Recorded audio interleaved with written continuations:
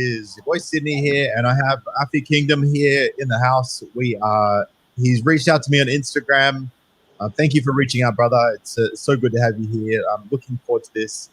We've been planning this for a few weeks now, but it's only just come to fruition now that we've had a bit of time. So, how you doing this morning? Man, I'm doing excellent. I feel good to be here. I always like to chop it up with other guys about, real man stuff. You know what I mean? Because I feel like we lost that element. So it's good to try to bring the men back. Yeah, 100%, man. And look, I've seen you recently all over the manosphere, and your channel's been growing fairly well, fairly steadily over not that long a period, actually. Yeah. I've seen you, and look, some people are not fans of some of the people you've been on with, but that's irrelevant because, I think what I've seen over particularly the last 3 years since I've been on YouTube is the manospheres started to become a little segregated. So there's kind of like some little cliques, So Yeah. some people, they're like a group, but they won't fuck with anyone else, They won't step outside that group because they don't want to associate with this person or that person. Now, sadly, YouTube is cracking down even more and more and more. So it looks like if this channel is going to remain, I may have to actually ditch the word that starts with an M and ends with a W. Yeah. But that's, I mean, look, when the big apocalypse happened and Sandman got hit and I got hit and a bunch of other big channels got hit and just completely wiped, I never ditched that name because, it's always so important to teach guys about what's really going on in the world.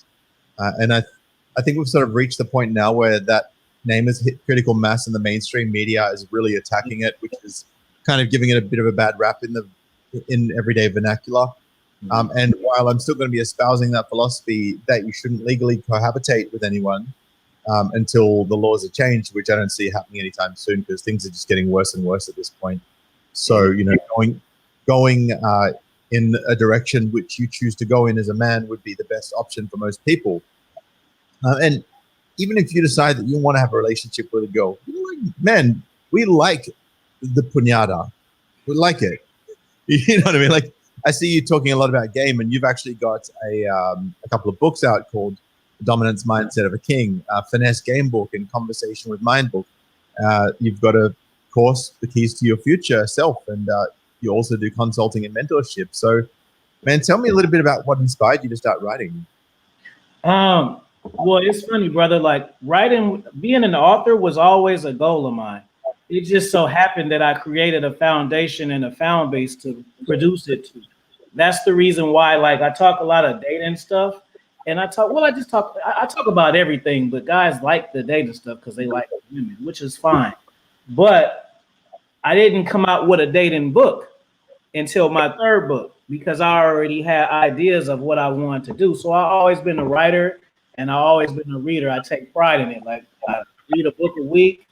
I've always been like that. My mother read to me. The first book that I read was Iceberg Slim, and I read that to completion at 9 years old. And asked me why I was attracted to that at 9 years old. I don't know, because it didn't have any pictures and stuff like that, but I was drawn into it. So I always was into writing, and actually the finesse game was my original concept for my first book, teaching women how to treat men, and so then I had another idea about conversation with the mind. So I said, you know what, I got to get these ideas out of my head and put them on paper because or else it's going to be vanity products that never see the light of day. And I was always writing, and it's funny. I had subscribed to Kindle Unlimited, and so when I got on there, I seen people putting out books that were like 20, 30 pages, and some of them weren't that good. So I was like, wait a minute, I can't hate on these people because at the end of the day, they're authors and I'm not. Because at first I would be writing and then I would pull back because I would try to compare the books that I read to what I'm reading, and I didn't feel it was good enough. And then once I seen all these published authors just putting out stuff, I was like, well, what am I waiting on? Yeah. And the first one sold well, and I didn't promote it or nothing. I just put it out at midnight one day and just seen what was going to happen. And then, I was like, cool. And then I got 2 more books coming out next year. It's really it's really, and I want to tell guys too, like, find, you know, if you deal with women or not, if you find something that you're passionate about, it's going to give you an abundance mindset to where you can't be needy and things of that nature, because you have something that's more important than me. Like, you know, when we talk behind the scenes, like, I want to do YouTube full time. So that comes before any relationship I think that I want. You know what I mean? Even if I want one, it's going to come secondary, because until I become this vision of myself and my content and where I want to go, I'm not going to be satisfied with a relationship. You know? Absolutely, absolutely, and I feel as well. One of your Instagram username is Dominance Mindset Straw Game. Sorry, Dominance Mindset Raw Game. I always get that ST and that RAW make. But yeah, Dominance Mindset Raw Game, and you know, and I like that because. And you said you only started doing a book on male and female relationships and that connection, the finesse game book, until your third book. Mm-hmm. And I look, so many guys, honestly, so many guys, particularly in this culture, in the era of emasculation, in the era of shaming men, where we got, like, honestly, it just blows my mind that there are so many women that are oblivious, like that they're so tuned in to every little social injustice. Mm-hmm. But when it comes to any social injustice that disproportionately affects someone with a penis, instantly they're just blind to it. And it's like, oh, there's nothing disadvantages you. Like, I literally went on a podcast a couple of weeks ago with a lady who had been in the military, and she was actually one of my coaches when I did the Broadcast Yourself with Brian Rose from London Real podcast course. Not cheap, but it was worth it. You know, I loved it, and I've actually started a new podcast off the back of that.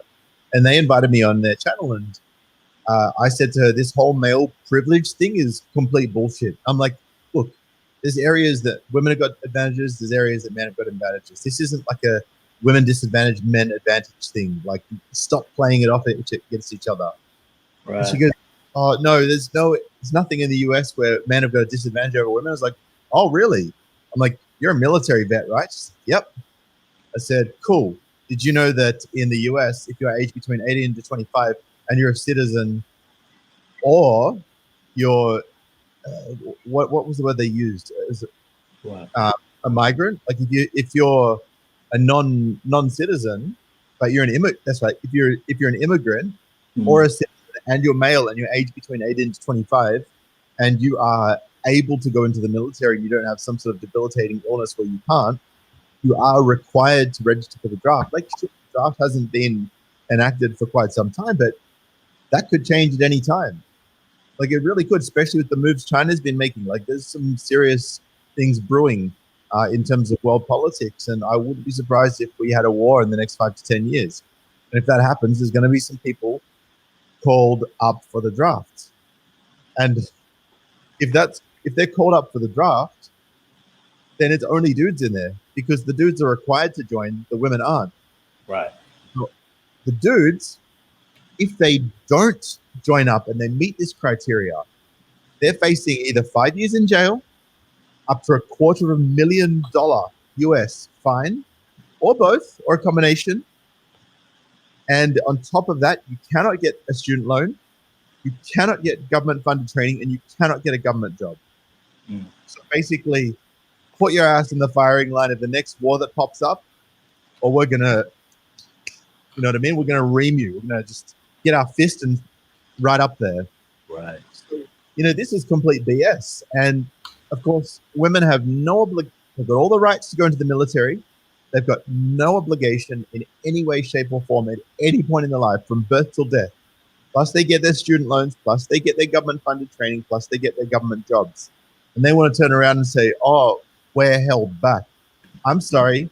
The highest-paid CEO in the world is a female. The youngest billionaire in Australia, who's also self-made, by the way, is female. And every time girls come to me like, "Oh, women struggle to become CEOs," I'm like, dude, they get to like GM and they're like, "Fuck that! I don't want to work 80 hours a week. I'm going home to play with Tyke." You know what I mean? Right.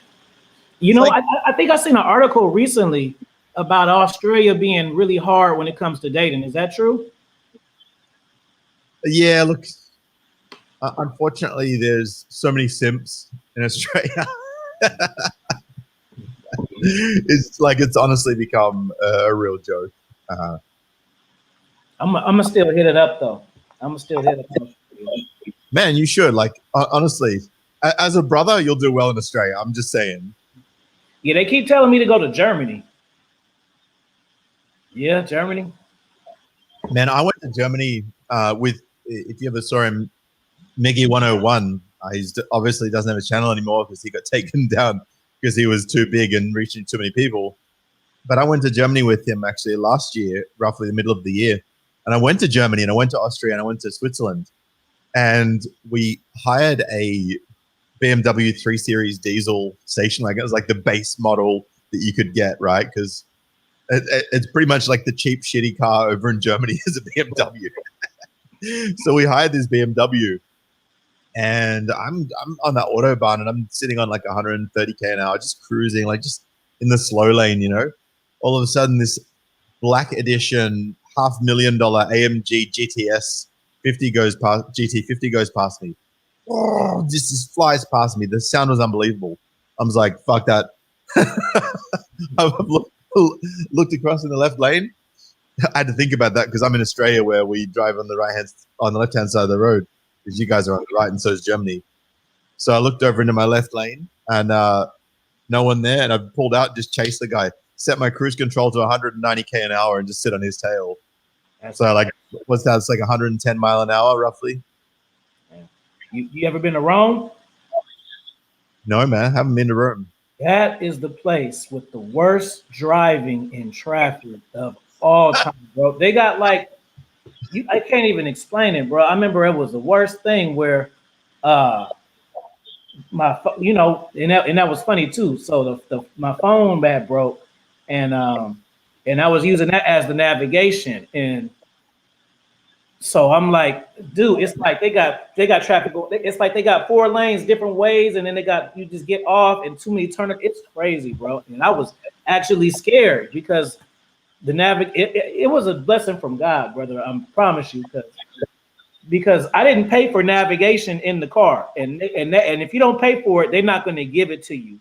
I don't know what happened, but I just happened to type in the thing, and mind you, I was already halfway lost, so I didn't just think to do it. As soon as I got in the car, I tried to wing it, and it came up, and I was like, "Oh my God!"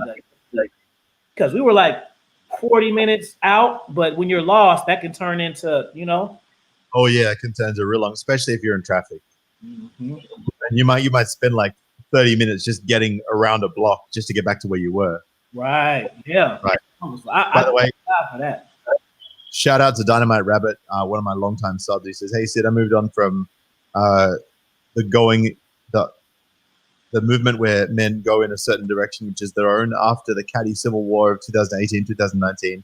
Good to see you again. Good to see you again too, brother." And he also said we could go back to evolutionary psychology, but we have to repeal the Duluth model, listen and believe, grapefruit, shield laws, no fault divorce, and Title IX first, 100%. And this is actually a big problem. I'm telling you, man, the feminists are relentless. They are not stopping. I mean, we were like, dude, I gotta actually show you 2 articles because I bookmark everything.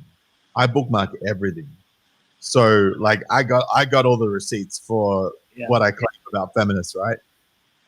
And they got too much power, but then like you say, it's the like I'm doing a panel on Saturday about OnlyFans, and shout out to my man Jada. Like he put me onto it. Like I just looked at it like, okay, dudes are paying for like to see like nasty stuff. I'm not into that, so I don't really care. But he's like showing me like these famous chicks who are doing it, and I'm like, but you're famous. Why you gotta have sex? You're famous. Like you have millions of people. Like because they make even more cash when they're famous and they get an OnlyFans than if they didn't. Yeah. So I said because I know I'm late on it, but he just put me on game this week. So I said I gotta talk about it. Yeah. So man, check this out. we can't have a feminist future without abolishing the family.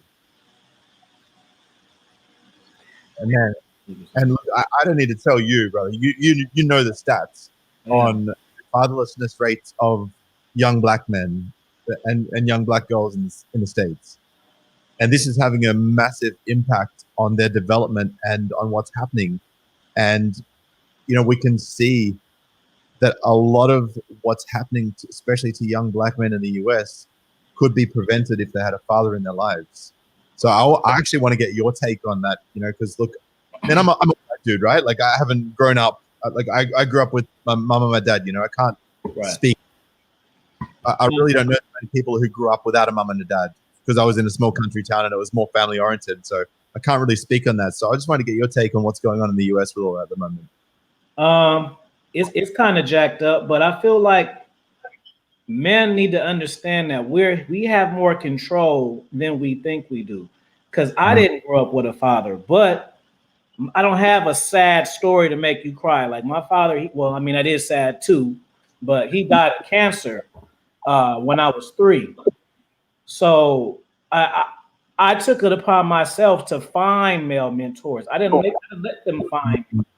But I came from a good background. Like I live in the East Bay, and I grew up in the hood. But when I was young, I grew up in the suburbs, and I was in a place where I was maybe like 3 blacks out of the whole school, and one of my class up until middle school. So I've seen like both sides. You know what I mean? Even living in the suburbs and coming to East Bay as a middle schooler, the education was a lot better that I got, but I didn't realize it because it was all that I knew. And then when I came to Oakland and went to, I'm in the 6th, 7th grade, and kids don't even know multiplication, some of them, and they're not even reading thoroughly. And I'm like, y'all don't know how to do this. But where I was at, it was just what I knew. I didn't have anything to compare it to. And then when I moved, it was like, wow. So it's like, even you guys who are listening to this, you don't really realize how good you have it. Because when I graduated from high school in 1999, so I'm an older cat. And I couldn't just look up stuff and just find out the answer. Whether it's manhood stuff, dating stuff, we didn't have access to this kind of information. It's not that we didn't want it. We didn't even have access to it. So, you guys, you're in the right place. You're getting aware of what's going on. But just also, I feel like guys need to kind of practice what they preach and apply what they learn. I think that's a big problem in the manosphere, because guys get revved up on the content, but they don't put into forth what they know, whether it's just, even if it's about women, if it's about life, it's like they get off more on knowing it than actually in applying it. You know what I mean? So I feel like, even no matter what kind of background you come from, you need to find you a mentor. And once someone older than you finds out you're serious about what it is you're trying to learn, he will help you. Yeah, totally. And this is what I love about, I'm seeing this evolution of the manosphere. I'm seeing men from all different kind of areas of the manosphere, all different angles and different disciplines coming together and having conversations. And I know some of the most powerful realizations I've had in my life have been through either having a conversation with someone I haven't spoken to before and getting a different perspective, or even, just overhearing a conversation that someone else is having, going, oh, wow. So after you look, I'd love to get your thoughts on this. I'm actually thinking right now that we should maybe open up drop the StreamYard link, and anyone, and look, you can show your face or not. You've got the option when you come into the green room, but I would love to put the StreamYard link in the chat and invite people to come in and pick our brains on things, because between you and I, and look, and I'm not trying to toot our own horn or anything, but look, we've been through some shit. Yeah. We've stuff, we're learned men. Look, we're always learning ourselves. There's stuff that we don't know. But between the two of us, we should be able to offer some really unique perspectives. So Right. what I'm actually going to do is I'm going to drop the StreamYard link in the chat, and I'm actually going to pin that on this stream. So just bear with me while I actually bring this up. Okay. So Shout out to Trav. Shout out to Red Sings the Blues. I think Sydney helped me a few times, and I'm honored to be here. Thanks, Sydney. I truly appreciate you. Doesn't it feel good to help, man? You know, between the two of us, we should be able to offer some really unique perspectives. There we go. Done. Doesn't it feel good to help, man, bro? Man, it honestly, it genuinely feels good. It genuinely feels good. I love helping fellow brothers. Like, I actually had a dude come to me, and this is a crazy story. Before I launch that story, I'm just going to quickly share this article that I came across the other day. Mm-hmm. Now, as we know, feminists have got the whole domestic aggression industry stitched up. Right. This is what's happening in Victoria. So this is the Victoria that's still on COVID lockdown. Pretty much the only thing in the whole freaking state, like in the whole country, the only state that's really on a severe lockdown. The police are putting out drones to enforce things. I mean, it's just out of control, honestly. So, and then on top of that, we've got a feminist family violence chief who is going to be leading. Here we go. First female assistant commissioner for family violence has vowed to fight domestic abuse committed by police employees and to remove barriers to women in the force. Dude, they're literally trying to shoehorn women in. There's no barriers. There's no barriers. Is everything closed early out there? Only in Victoria up until recently, but I think they're starting to relax it a little bit. But I mean, businesses are going under. It's crazy. It's out of control, man. It's out of control. I miss the gym. That's the thing I miss the most. Yeah, 100%, man. 100%. Hey, Yeah, Happy League. I gotta take discipline though, because I could be working at home, but I just like being in an environment that motivates me. Yeah, man. And that's the key, right? That's the key.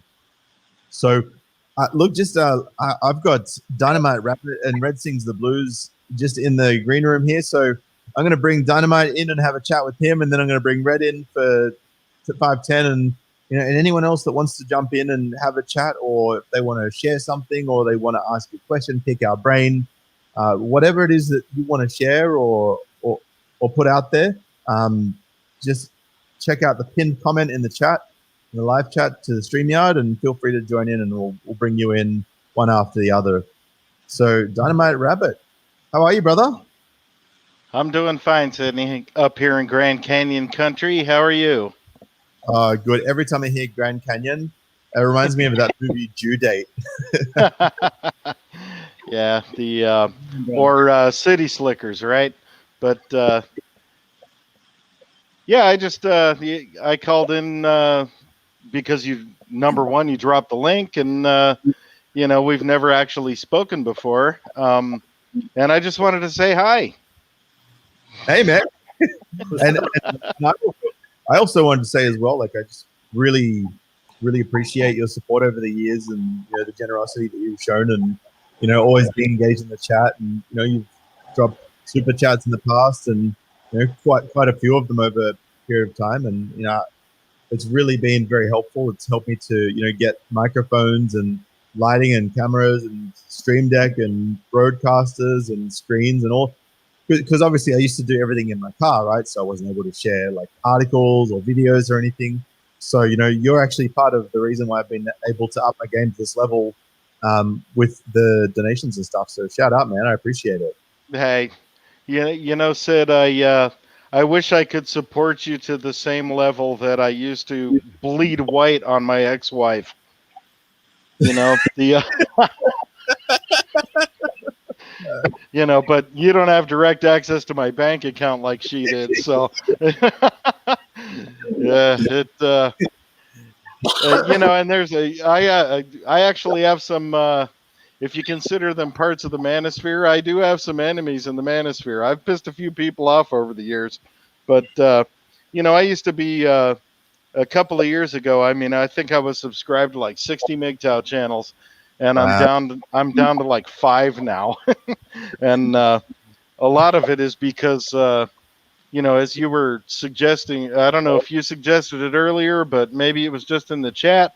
um, I really think MGTOW would benefit from, taking out some of the trash, so to speak. Not that these men are trash. It's just that you know, uh, there are so many channels now that just feed on the anger and the resentment.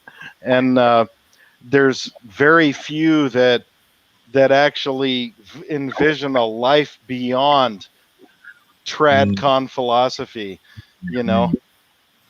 So I I think it's really important to consider a life beyond what you've been taught. Right, right.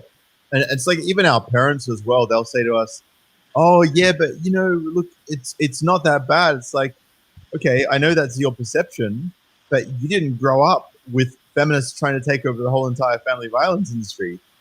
Oh no, yeah, right. Yeah, it's funny. My parents were about as tradcon as it can get. The they were both born in the 30s, and they were teenager during World War II, and came of age in the 50s. And yeah, it's funny. Like, even I've come to realize, that now that my dad is gone, and my mom is, who knows, she's almost 90, so we're bracing ourselves on her. But the thing is, my parents were the military version of Warden June Cleaver. Almost like following the JFK and Jackie Onassis model, where my mom always looked perfect and my dad was all over the world killing people on behalf of NATO. And the thing is, I think even the sexual revolution in the summer of '69 was lost on both of them. You know, I Yeah. mean, their perspectives on relationships and sexuality are essentially rooted in like 1959. Well, look, you see, and this is the thing, right? And this is what a lot of people don't actually really, in my view, grasp properly. And that even some of us guys, even guys who are very learned, very sort of wise to the world, we know what we know based on our lived experience. And Yeah. the lived experience of men, typically speaking, is extremely different to the lived experiences of women, which is why when we say to women, hey, listen, us dudes don't have it that great, they're like, oh, well, that's complete BS because we've got it so bad that it couldn't possibly. And they don't understand, because for them, it's Yeah. Well, you've got all the privilege. exactly, yeah, the privilege of paying your bills. Get the fuck out of here. Yeah, and for the past 10,000 years, I've also had all of the responsibility up to and including my very life. I know that one of my favorites is like, oh, but back when the feminist movement started, women couldn't work. I'm like, dude, guys couldn't not work.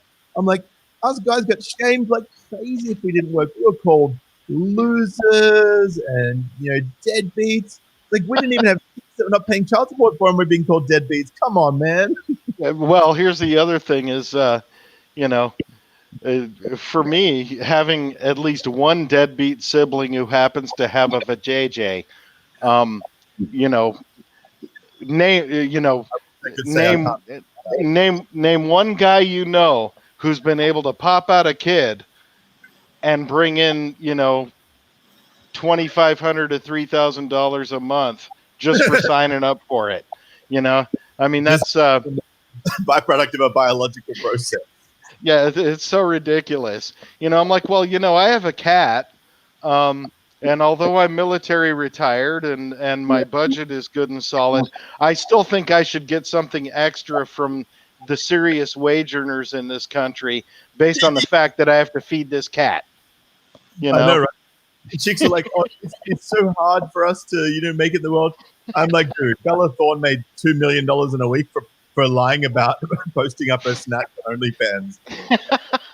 Surely you can make 50 grand in a Well, year. You know, I think every MGTOW should sign up for at least one thought on OnlyFans, and find him, so donate a few bucks, watch her play with herself, and then at the end of the month look at his budget and say, holy shit, I just spent $200 watching some chick I'll never meet play with herself on OnlyFans, and then decide whether or not the men are the ones that are privileged. you know I don't get it. I mean, just watch some porn. I don't know. Yeah. Oh, well, the thing is, OnlyFans is essentially internet prostitution, Right. and like it would be way too long a story to tell here, and I don't want to bore your viewers, but I used to moonlight as a talent scout for different organizations, magazines, TV, whatever, and I would find, I would identify promising chicks, who could bring in the cash, and that was before I joined the military back in the '80s, and there's a few out there that are major celebrities who got their first job because I said this girl has what it takes, but that was pre-internet. It was strictly Vogue culture and all that, and what I've seen lately, though, is that a lot of fairly respectable organizations, that do like rockabilly and pinup modeling. Those chicks are all hauling ass to OnlyFans because they found out that they can make $1,000 a night on subscriptions if they'll just pull their panties down and stick a foreign object up into their coochie, Which do anyway. in front of the camera. Yeah, they'd be doing that anyway. I mean, excellent point, Sid. That's what they were doing anyway, and now they're getting paid shitloads of money for it by guys who are just dying to get on their exclusive members feed and see it. You know, it's scary.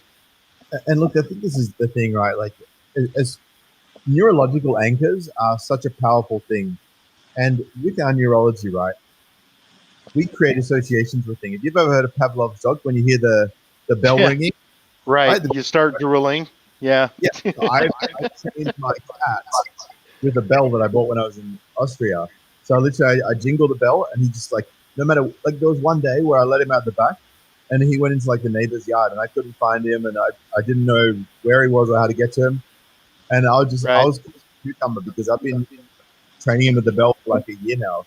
So I walked outside, I jingled the bell, and after about 20 seconds, I hear this rustling, and this cat just bolts out of the bushes and straight towards me. I was like, yeah, that's what I thought. Right. So yeah, I have my relation, my communications with my own cat have evolved. I'll step away from the computer and I'll look at her and I'll say, "Are you ready? Are you ready for dinner? 100%. Bring it, motherfucker!" And and she's like, "Yeah, dinner, yeah." Exactly right. And and that's the thing.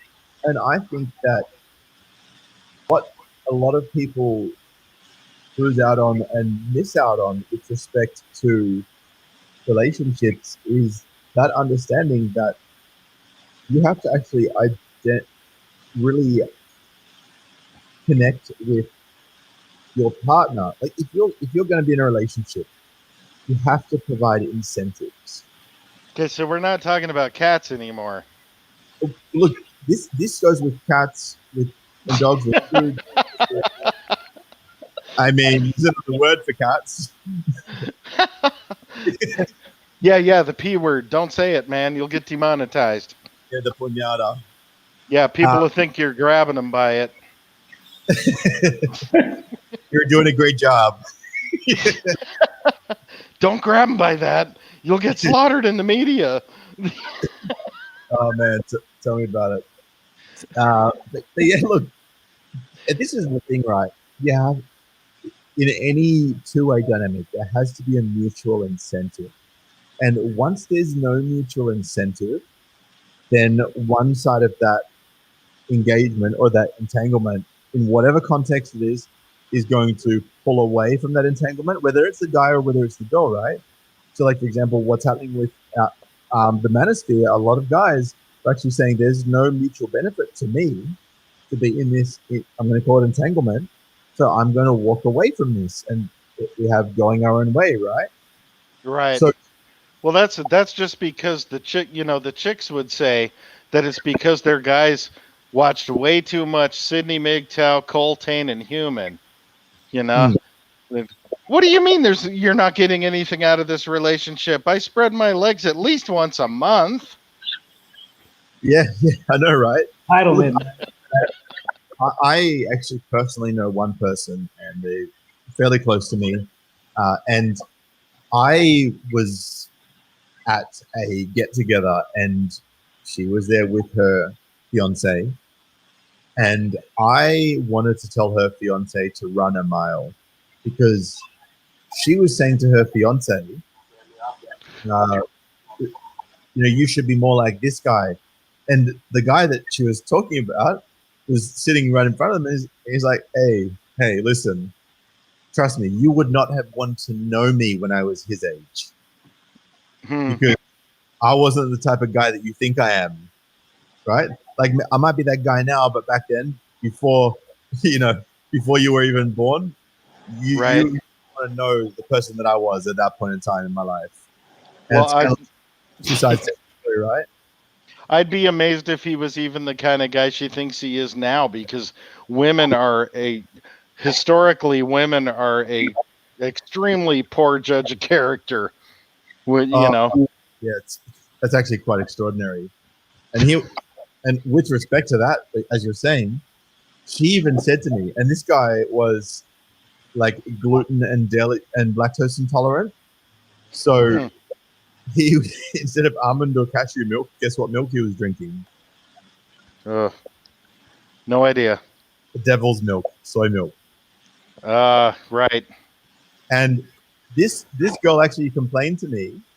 She says, I wish, to paraphrase, she was saying she wishes he was more like his brother because his brother was more masculine. Yeesh. And I'm like, look, you're the one that wanted the religious guy. You're the one that wanted the church guy. You're the one that wanted the man of faith. You're the one that wanted, and no disrespect to any men of faith, because I know there's a lot of brothers out there watching this right now who are men of faith, and and I respect that. But she wanted someone who was so as dedicated as she was, and she sings twice a week at church. So she gets paid by one of the churches, and she pays to the other church because one of them is Hillsong. So it's like you're singing twice, you're getting nothing out of it other than the attention. But even then, it's like you're not getting any recognition. It's not getting you anywhere.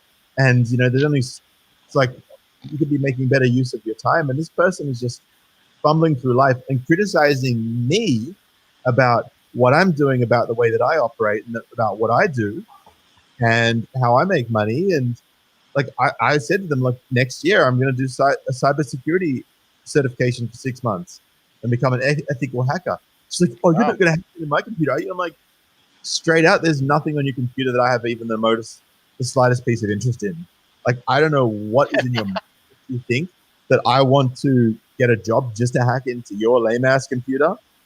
Well, yeah, I mean, obviously that's like the whole direction of your life now is to get into her computer. Yeah, right. Actually, Alfie, I want to pick your brain, man, because this is something that I've noticed a lot when. And look, I notice it with some guys as well who don't have many prospects, but it's particularly pronounced in women, and not for any other reason other than estrogen leans them more towards being in a more emotional state more often. And that's just biological, right? That's not a criticism. It's not fighting it. It's just how it is. That's just the way they're wired. Yeah. Yeah. So, Alfie, what's your take on, I guess, why women can quite often be so negative when it comes to something that doesn't benefit them? I mean, like you said, they're wired like that. The problem is this: women are the way they are right? And we've been raised to value and look at them a certain way, right? So Right. that we got two conflicts of interest. They're the way they are, and then they're trained to be a certain way. So the problem is not, this isn't even the problem. The actual problem is that men want to change the woman to their way. And then when it doesn't happen, they get pissed off. But if you look at history, women respond. Think about it. Let's go Happy Days. The Fonz, right?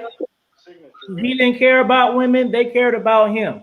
Dylan from 90210, like it's just the way it is. So just adapt to it and find women that are interested in you because that's just what it, I mean, it's just at the same time, it's just like human nature though. At the same time, if you really unpack it, I think that we all go through the same experiences, but the difference between MGTOW red pill guys or guys that on game and the other guys is we say, hey, we're not crazy because it's not how I feel like this. How can something happen to me and it happened to you, Sydney, in Australia, if it's not how do we know the same stuff? How do we have the same experiences? Because that's the law, that's the nature. Sometimes people feel like, oh, well, that's just the stuff that you're going through. Like we've all been there. We've all been into a woman and did the things that she says, and it flipped up on us. But it's not my experience. It's not Signy's experience. It's not Dynamite Rat. It's just men's experience. So once we understand, it's like, okay, we got to take our egos out. You know what I'm Yeah. saying? Either the options is don't deal with women, stay on your purpose, or if you deal with women, you deal with them accordingly. Don't deal with them the way that you envision the way they should be. Look, you Yeah. can't deal with women the same way that you would deal with a man because women are not men and men are not women. And a lot of guys make this mistake. If there's something where there's a kind of like a bit of conflict and the guys will turn around and go, well, hey, we want to, sort this out. We want to fix this because we men are fixers, right? We like to fix things. And it's like counterintuitive to our outcomes because at the end of the day, we can't fix a woman's emotions. That's something a woman can do, Exactly. right? And it's not our responsibility. But if we do want to be the conduit for bringing someone in back to a more level state, whether that be a man or a woman that's in an emotional state, we need to be the leaders. We need to remain calm. We need to be the level-headed ones. Even in times of stress, like there was something recently where I was working at this place and I'd been working there numerous times and I was sort of one of the OGs out of a bunch of people and other people dropped off, but I've been there all along, And this new guy came in, he's like 10, 12, 13 years younger than me. And he's trying to show me the ropes and I'm just going along with it. I'm like, oh, yeah, no worries.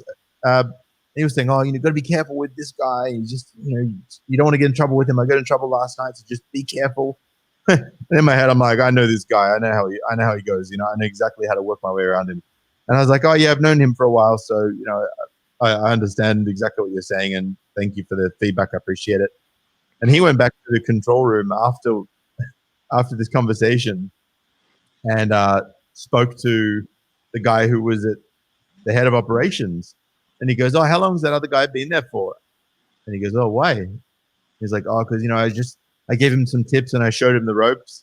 And he goes, brother, he's one of the originals. He's like, the company you work for, he's been working there for 2 years before you started. It's like, go and ask him how to find his way around the labyrinth in the back end of this building. He goes, he'll take you to the rooftop. He'll get you the fastest way from anywhere to anywhere. He'll take you places you didn't even know existed. And he's like, so don't worry about telling that guy how to do things. You just worry about yourself. And I didn't even have to say anything, right? I didn't need to defend myself. I didn't need to, say to the head guy, oh man, can you say something to him for me? I was just like, look, I speak for myself. My actions speak for me. My leadership speaks of my character and my capability and my strength. So, guys, don't bother yourself with things that don't concern you and just stay on your path. And that's the best thing I could say to you. Say, you guys, that's That's good advice, Sydney. But I gotta admit, you lost me a couple of times. The Which bit I wanted to address one thing that I saw in the chat from a viewer named Marie. Uh, Mhm. and I can't speak for Successful, who is obviously, one of your moderators. But Marie directed a comment at Successful who's saying, I'm curious why Sigma and Omega are not discussed in these conversations. And I, uh, I just wanted to put out there that, that whole alpha through zeta, um, animal psychology artifice was first and foremost designed for wolves from mammalogists that were studying social behavior in wolves, social structure in wolves, and they found that there were commonalities between the big cats and the bears, and then it even started to move on to like orcas, and marine mammals, and we hear this whole alpha, beta, sigma, omega, whatever thing brought up a lot. And they are simply ways of categorizing relationships between, upper pyramid predators in our class of mammals. People are way different. And it's not an easy fit. I've been saying this for years in chats and stuff. Is you can't just watch a guy walk into a bar with or a tavern with a Ferrari keychain and an Armani suit and declare him an alpha because he leaves with the hottest chick in the room. He's an alpha that night. The next night in a different bar, occupied by even hotter chicks, he might wind up being an omega. We are infinitely more complicated in our approach to the dating market than any of the other mammals. It's really that simple. And like I told one of the fake life coaches, I was like, dude, just because you have a funny looking hat and some stuffed animals, you Does can't he, declare yourself an alpha does he have a because, microphone that he walks with out the front? well, the one he named after Big John, you mean? The the I uh, can the, see A in the green room is laughing because he knows exactly who I'm talking about. yeah, right. Well, the thing is, if my point being though that people aren't that easily categorized. I mean, you can walk into one place and be the biggest fish in the pond, and then suddenly, the next day you find yourself in company Hmm. where You're out of here. people won't even notice you. Like I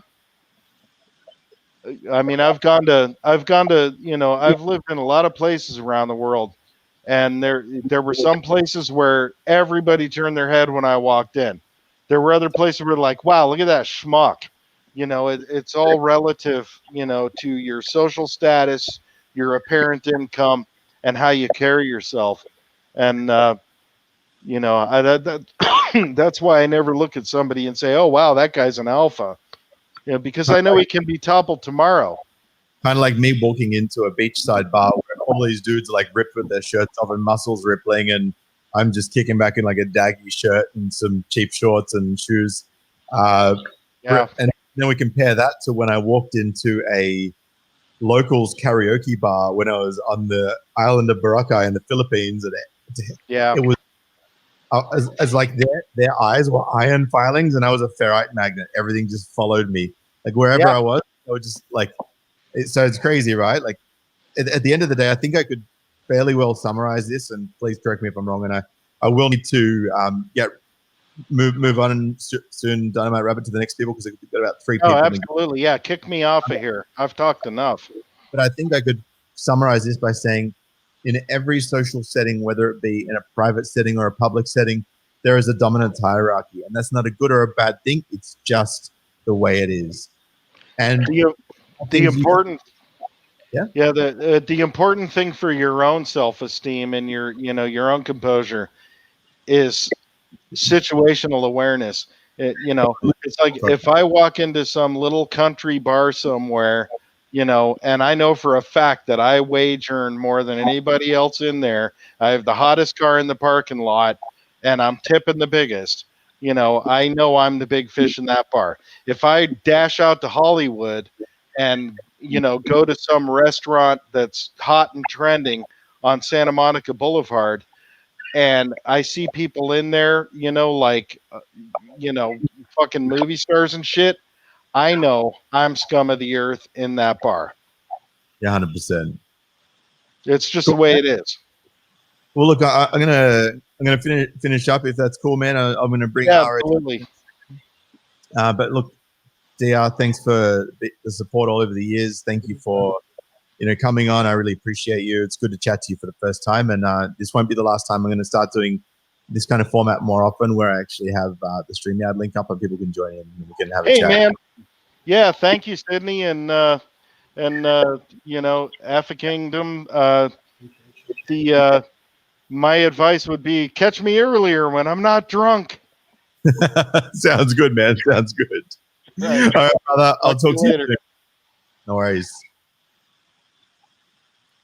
Right. So AFI, let's talk about the dominance hierarchy, because you talk about the dominance mindset raw game. I want you to elaborate on the dynamic in the dominance hierarchy before we bring RSB on. Dominance mindset raw game. That was the original name of my channel when I started it. I changed it. I mean, obviously, my name is not. That's AFI Kingdom is a cool name. It's my name. Yeah. But I started it April 2018, and it was Dominance Mindset Raw Game originally. And that's just because that's the way of life. It's like I feel like whatever you do, whether it's sports, whether it's women, you want to be at the top part. So like even like with women, I don't, like my man just said, you can have a lot of women, but that doesn't mean you're in a dominant position.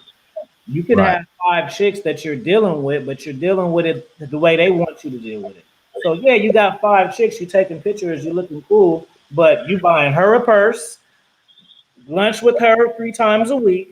Her, you gotta take care of her, so it's not about what you're doing, it's how you're doing it. You know what I'm saying? Like dominance and manipulation go together, and manipulation isn't a bad thing. Manipulation just means control. It just means that I'm aware of what's going on, and you cannot be aware of what's going on if you're not on top. You have to be in a dominant position to pull the strings and see what's what and what needs to be applied. You know what I'm saying? Like, so yeah, dominance mindset, that's first. So even dating, all of that stuff, it was dominance mindset first, raw, because I'm brash and I keep it real. Game. See, the game was the 4th thing that I said. It wasn't dating, game, mindset. No, it's dominance mindset first, raw game. So I had that for a little while because when I first started my channel, I would do the little videos, hey, in the car and stuff. Like this is what's up. This is what this means. This is what that means. And then back in those days, we didn't have StreamYard, so we didn't have the luxury of, you guys, if you guys have a voice, start you a channel, because take advantage, because when I was starting, you had to have them 1,000 subs to go live, or else wasn't nothing happening. StreamYard lets you just get on here. So it's like once I start going live, I changed it to the AFI Kingdom podcast because I wanted to focus more on interviews and having panels and conversation with chicks and just people instead of doing the videos. I still do the videos, but those videos are like for Patreon. So if guys say like, hey, I'm having problems with this, get on the Patreon, because I'm not going to just gear my content just because you asked me when I have the videos over there. But I changed it to AFI Kingdom podcast when I really got into doing the interviews and the panels, because I'm old school, bro. Like I remember before StreamYard and Google Hangouts. Remember Google Hangouts? I would do the interviews from my phone and stuff, and they'd just be sitting right there, and they would be pre-recorded. We didn't have this luxury, and sometimes even like I like doing the interviews on StreamYard, but privately, because sometimes, at least for me, I get easily distracted. So sometimes if I got something I'm really passionate about, I want to just tape it, me and you, because the crowd will get you to talk about what they're saying, and then you lose the reason why you even started the stream. But yeah, it's all about a dominance mindset. Like, up until this year, like I was saying, my plan was, I teach elementary, and that's pretty cool for me because I like, it's kids, it's chicks, you can dress, like it's cool. And you get like a lot of time off, but then again, that's a dominance mindset because I didn't fall into this. I chose this. I said, let me think of something. Okay, what do I like? I like clothes, right? I love clothes, little stuff like this. Okay, so I like clothes, I like women, I like to travel. Right. I got my sharks, I got my hidden hills all blinged out, I got all sorts of So what's something that I can do that I can get everything that I want off of one thing? Okay, boom. So if I'm teaching, I get to interact with kids, I can see women all day, I can dress how I want, and there's set times where I can take vacations when I want to. So it's like, in December I get 2 weeks off. And November I get a week off. Spring break I get a week off. Then I get my summers off. So I'm able to do something that I like, interact with kids and stuff, see chicks and all of that, and make decent money. I can tell you this too. All teaching goes about where you are, because all teachers ain't eating top ramen noodles and stuff. You know what I mean? I know plenty of teachers that's getting paid good money. It ain't just, oh my God, we're the crackers, we're the saltine crackers. Like, no, there's plenty teachers making six figures and all of that. It depends on your degree, depends on your location, your experience. That's in the corporates, but they'll have you thinking that we can't even afford like top ramen and stuff, and that's not the case because I'm definitely eating a lot of top ramen, right? So shout out to my man Nelly too. That's my brother right there. So yeah, just having a dominance mindset in everything that you do, and and the thing is it will also give you confidence, right? Because once you start doing things and you're able to dictate your vision and plan out the results of what it is that you're thinking, it gives you confidence to keep doing it. And once you keep doing it, you keep being on top, right? So my goal was, okay, well, teaching is cool, but it's time to level up. So what can I do? Well, I don't want to be the superintendent. That's too much responsibility. I don't want to be in charge of 50 schools. I'm smart, but I know that's the kind of job like being a policeman. Like the job definitely comes home with you.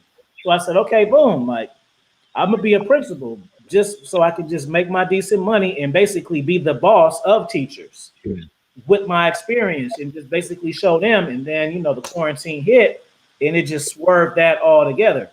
You know what I mean? But just right now, dominance mindset. So what do I want to do? I want to focus on content and make a podcast that's popular enough that I can monetize it, travel the world, and I want to do like in-person interviews and stuff. But that's still dominance mindset. Why? Because I'm in control of it all. It's interesting you say that because I just, as of this morning, I purchased a carry bag to put my Rodecaster and a couple of mics and all of my gear in. So I can, and I've also got a portable 20,000 milliamp battery pack in conjunction with. Do I have it here? No, it's over there. But I've basically got a adapter where I can run my Rodecaster, which is like the mixing deck that Joker and CGA and Donovan Sharp and myself and a bunch of other YouTube creators and podcasters have got. It's basically like it's the kit to have if you want to do podcasts. But yeah, the Rodecaster Pro. I've got a couple of Procaster Rode mics, and yeah, like I'm going to be able to put all this in the bag and just take it with me anywhere I go and podcast from anywhere, even if there's no AC power supply. I'll just be able to do it off the battery pack. So I'm really looking forward to doing more in-person interviews. And I'm even doing a podcast with a woman that I had a blow up with in a room the other day about because I do some youth mentoring, and I won't go too far into it because I don't want to give anything away, and I don't want to keep it confidential. But basically, we sort of had like this competition, and it narrowed down to one of the female mentors and the male mentees, and the female mentor won, and she won fair and square, and the guy was a good sport. But the organizer was like, "Girl power," and at the end, I was like, she's like, "Is there anything else anyone else says?" Like, yeah, look, I needed to get this off my chest because, you know, I heard before when this happened, and by the way, shout out to the person who won because, you know, you earned it fair and square and you kicked ass. What I wanted to say is, when you said girl power afterwards, that didn't sit right with me, because that wouldn't be acceptable if a guy were to say guy power or boy power, or if we were to say the future is male rather than the future is female. That wouldn't be acceptable either. And another lady piped up and she's like, "Well, I don't think that that we're dragging people down by lifting women up." I said, I agree. However, when you are lifting someone up and saying to another person, "Oh, yeah, but not you. You're not allowed to do this. But we're going to lift this person up, but you stay down here. You stay in your lane." That's blatant double standards and discrimination. And I was just not going to put up with it. So that was why I took a stand. And there were actually a couple of people that got sitting in the room with that fiery exchange, and a couple of people walked out. I was like, you know what, fuck it. I'm not backing down. And I actually spoke to that one afterwards. I said, look, I just wanted to share my other perspective because, you know, I know we got heated in there. I'm sorry that it had to be that way. I'm like, but I just want you to understand where I'm coming from, because maybe you're missing a piece of information, and that's why you were combative about it. So I think that when we have conflict with people, we really, as men, we need to lead and step up. And I'm not shaming men by saying step up, but, you know, this is part of leading. You know, take leveling up, stepping up. You know, this is what I refer to. So take that step up, because when you step up, you level up, and you up your game, and you improve your status. You're better respected. You get more opportunities, and on top of that, you have more influence. And if you come from a positive and genuine intent space, then you're actually going to make a massive difference. And I just wanted to say as well, thank you for your. I know we say this to military personnel all the time. Thank you for your service, but I wanted to say to you, thank you for your service as a teacher, because the impact that you're making on young boys and young girls is immeasurable. The way you're setting them up for their future, you can't underestimate that. And I think a lot of people do. You know, an important part of teaching is having a presence. A lot of time people don't have success because they feel like their education and their intent is going to carry them. I mean, you got to think, like, if I teach and I can teach men all day and I can talk to women all day, do you not think that I'm effective with my kids? Of course they listen to me, right? Exactly. Because I don't have to go crazy. I had that presence for them, you know what I mean? And even the small things, like you said, I dress nice, they look at that stuff too. Kids care about that kind of thing.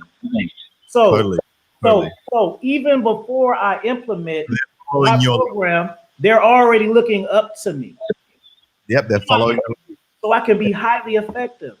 I see a question I wanted to say. Somebody said, "Do I have a problem with MGTOW guys?" I want to address that real quick. I'm the type of person, because I want to address that, because I want you guys to somewhat maybe adopt this mindset. Personally, I don't have a problem with anybody who hasn't done anything to affect my life personally. You see what I'm saying? You can be a dog. You can be a ceiling fan person. You can be an iPad with legs. If you ain't fucking with me, that's cool. What people eat don't make me shit. So I still got money in my. I don't because I think people get wrapped up in this, and it don't have to be like that. Like if I can watch a movie about being a predator and still look at it and gain something from it. Why? Because you don't shoot the messenger. People will judge you, and then if they don't like you, like me right now, I may have the best game in the world for Rajic Mendrick, right? Whatever problem he may have, I'm not saying you have a problem, but let's just pretend you do. You may have that problem, and I might have the answer for you right here. But since you don't like me, because you don't like guys with their hat onto the back, you're going to dismiss the whole thing. You got to learn how to treasure hunt, take gems and apply them to you. That's the way you should live your life, period. If I'm watching somebody swim and drown, I look at it and say, hey, his form was messed up. I know not to do this. I don't have to go in the water and figure it out myself. If I see that when people deal with women and they interact this way, I don't have to put that's them. No, that's not just them. That's the energy and the interaction that you put out there. So you got to learn to just take knowledge and things from anything that you do and apply it to you. You got to stop looking at things like, oh, I don't like that guy, so he's over with. Like, no, sometimes don't you know, sometimes God bless you like that. He may put your blessing in a place that he know you're not going to look. 100%. You're not gonna look there. He didn't give you your blessing. You're not gonna look there because you're being prejudiced and judgmental, right? And you wonder why you ain't leveling up, right? Boom. Just like I told you, well, maybe I didn't tell you, but just like about the books, right? I've been writing on the books, but it took for me to write. See, this is what I'm saying. I was looking at sucky books. Now I could have been like, sucks, this sucks, this sucks, this sucks, and being a hater. No, I said, you know what? Instead of talking about them, I'm gonna do it better. You see, so I got my motivation from something that wasn't good. So stop looking for things that are just to inspire you, that are great. Like, oh, $1 million, that's great. He got a Ferrari. Oh, that's great. No, you find greatness everywhere. That's how you win in life. You don't find greatness when it's convenient for you. Yeah, 100%, man. Sorry, I get a little passionate about certain things. You know what I mean? So. Not love it, I do, and I feel I honestly feel that, man. Like I really, really feel that. You know, I've moved. I used to be a little bit more judgmental, but now I'm like, you know what? I'm gonna see what this person's got to say before I make a judgment, because sometimes your judgment can be way off. Sometimes you're spot on. You're like, you know what? I knew it, but look, you know, I took the punt. I found out what I needed to find out, and that's that. Mm-hmm. But speaking of somebody who it says, you know, I'm not MGTOW, I'm not PUA, I'm not, you know, this, I'm not that, I'm not a dating coach, I'm not a life coach, I'm just that person. We have like what up, RSB? I could consider myself a dating coach, but I don't even really teach guys how to get women. But since I can get women and guys can kind of tell, that's the questions that they ask me. But that's not really the content that I put out though. But that's the stuff that I care about. I can make a video, brother, and say how to level up your life in 60 days. 300 views. I can make a video, man, how to get sex.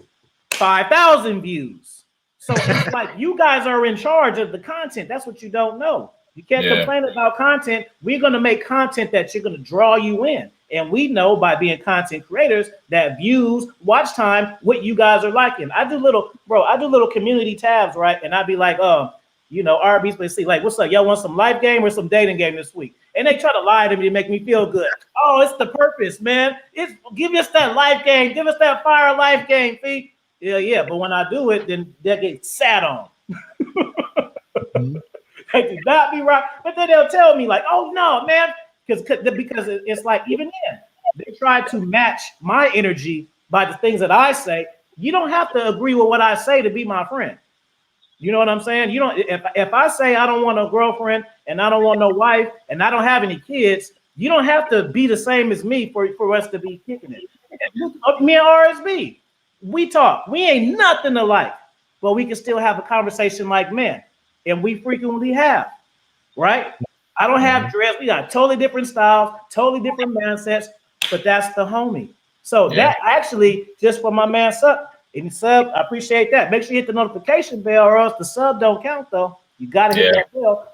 Yeah, you know, real talk. Yeah, that's what they don't tell you. That's it. That's the answer. So we ain't. It's like, you know, people will see you as like, if I'm a player guy, that means I got a circle of player guys, and we all wear our hats to the back. No, bro, I got friends who, you know, in wheelchairs.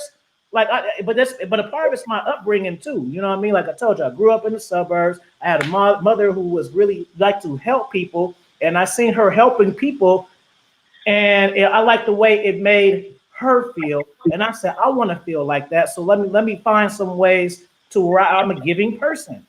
It's like, well, I'm a giving person. Like I support my community. I drop money where my mouth is, but it's just because it's not necessarily because the information is just so overwhelming. I got to pay. It's because I do YouTube, and I know I respect this grind. Anybody that does this for real, You got to be locked in. You have to be a certain type of a certain type of person. You know, you can make videos here and there and think you're gonna grow and just cross your fingers to go viral. But like RSB, when you're doing stuff consistently, it don't matter if nobody watches or not. It don't matter if anybody believes in you or not. You believe in yourself, and you see what you'll see. People will come later, so you got to have that mindset. Sometimes people will get mixed up and try to convince this person and that person before they proceed. No, sometimes you just convince them by your action and what you do. Or at the very least in like 2 to 3 months, because I've only been a podcast for at least 3 to 4 months. And in 3 to 4 months, I got detractors already. So I knew that day was coming, but I didn't think it would be that soon. But oh yeah, man, they definitely come, and you can never get sidetracked. Just like I said earlier, I don't know if it was on there, but no, I was on it. Somebody, you can come on YouTube. You can talk about my mama. You can say I'm broke. You can say I'm ugly. Hell, not true. But let's just pretend you did say that. You really try to convince me. If it don't affect my life, if my money's still coming in the same, if my dog still fit it up, if I can still boom go to Vegas or boom go out the country, then I don't really care what you say. What you say has to actually affect my life. Then you matter. Yeah. You matter then if you can affect how I move and the things that I do. Because I don't live for other people's opinion, because my opinion is too strong of myself. Yeah, 100%, man. Definitely. You know?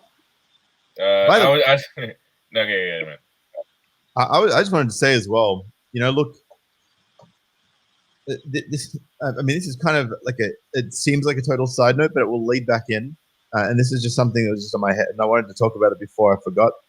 But one thing I've noticed is that with regard to the politics of victimhood, which is a big thing at the moment, and we're seeing a lot of it, it's very easy to get people to organize together when they see themselves as victims, which is why the women's movement is such a powerful movement, right? And it's not about equality for men and women, because if it was, it would be called the Everyone's Movement, not the Women's Movement. It wouldn't be a women's march, it'd be the Everyone's March. Mm-hmm. It wouldn't be women's suffrage, it would be everyone's suffrage. Mm-hmm. So anyone who's telling me that the F word is about equality, you can get the fuck out of here, because that's complete BS.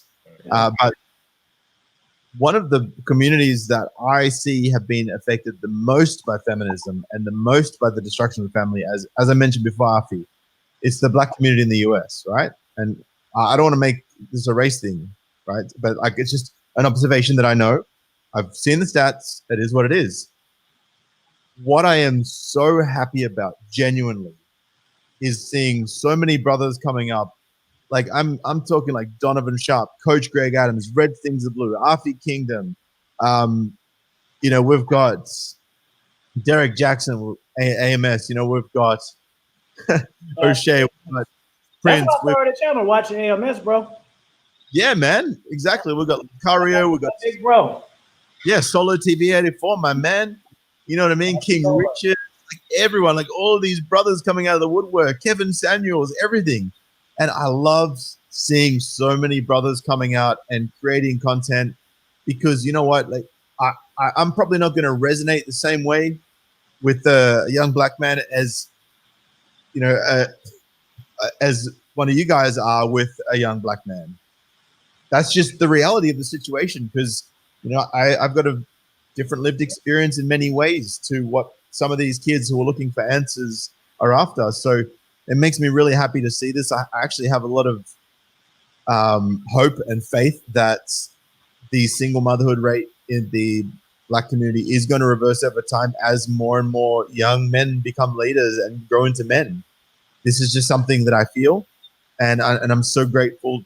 As much of a-holes as they can be, I'm very grateful that YouTube has given so many people the ability and the platform to be able to have this level of influence and help so many, particularly young men, especially those who may have otherwise felt like life is hopeless and that maybe crime's the only option, or that maybe, you know, they're not going to amount to anything more than what their mother did, you know, like, and I know that that's the worst case scenario, but the reality is there are probably more kids in the Black community that are feeling that way, that are feeling like there's not as much opportunity for them than you know, for example, a white kid. So, you know, I don't like talking about the whole privilege thing, but maybe if there is one privilege, maybe that mindset is something that perhaps a greater amount of Caucasian kids have than the kids in the black community. And I think a lot of that comes down to fatherlessness, and it's not any of their fault.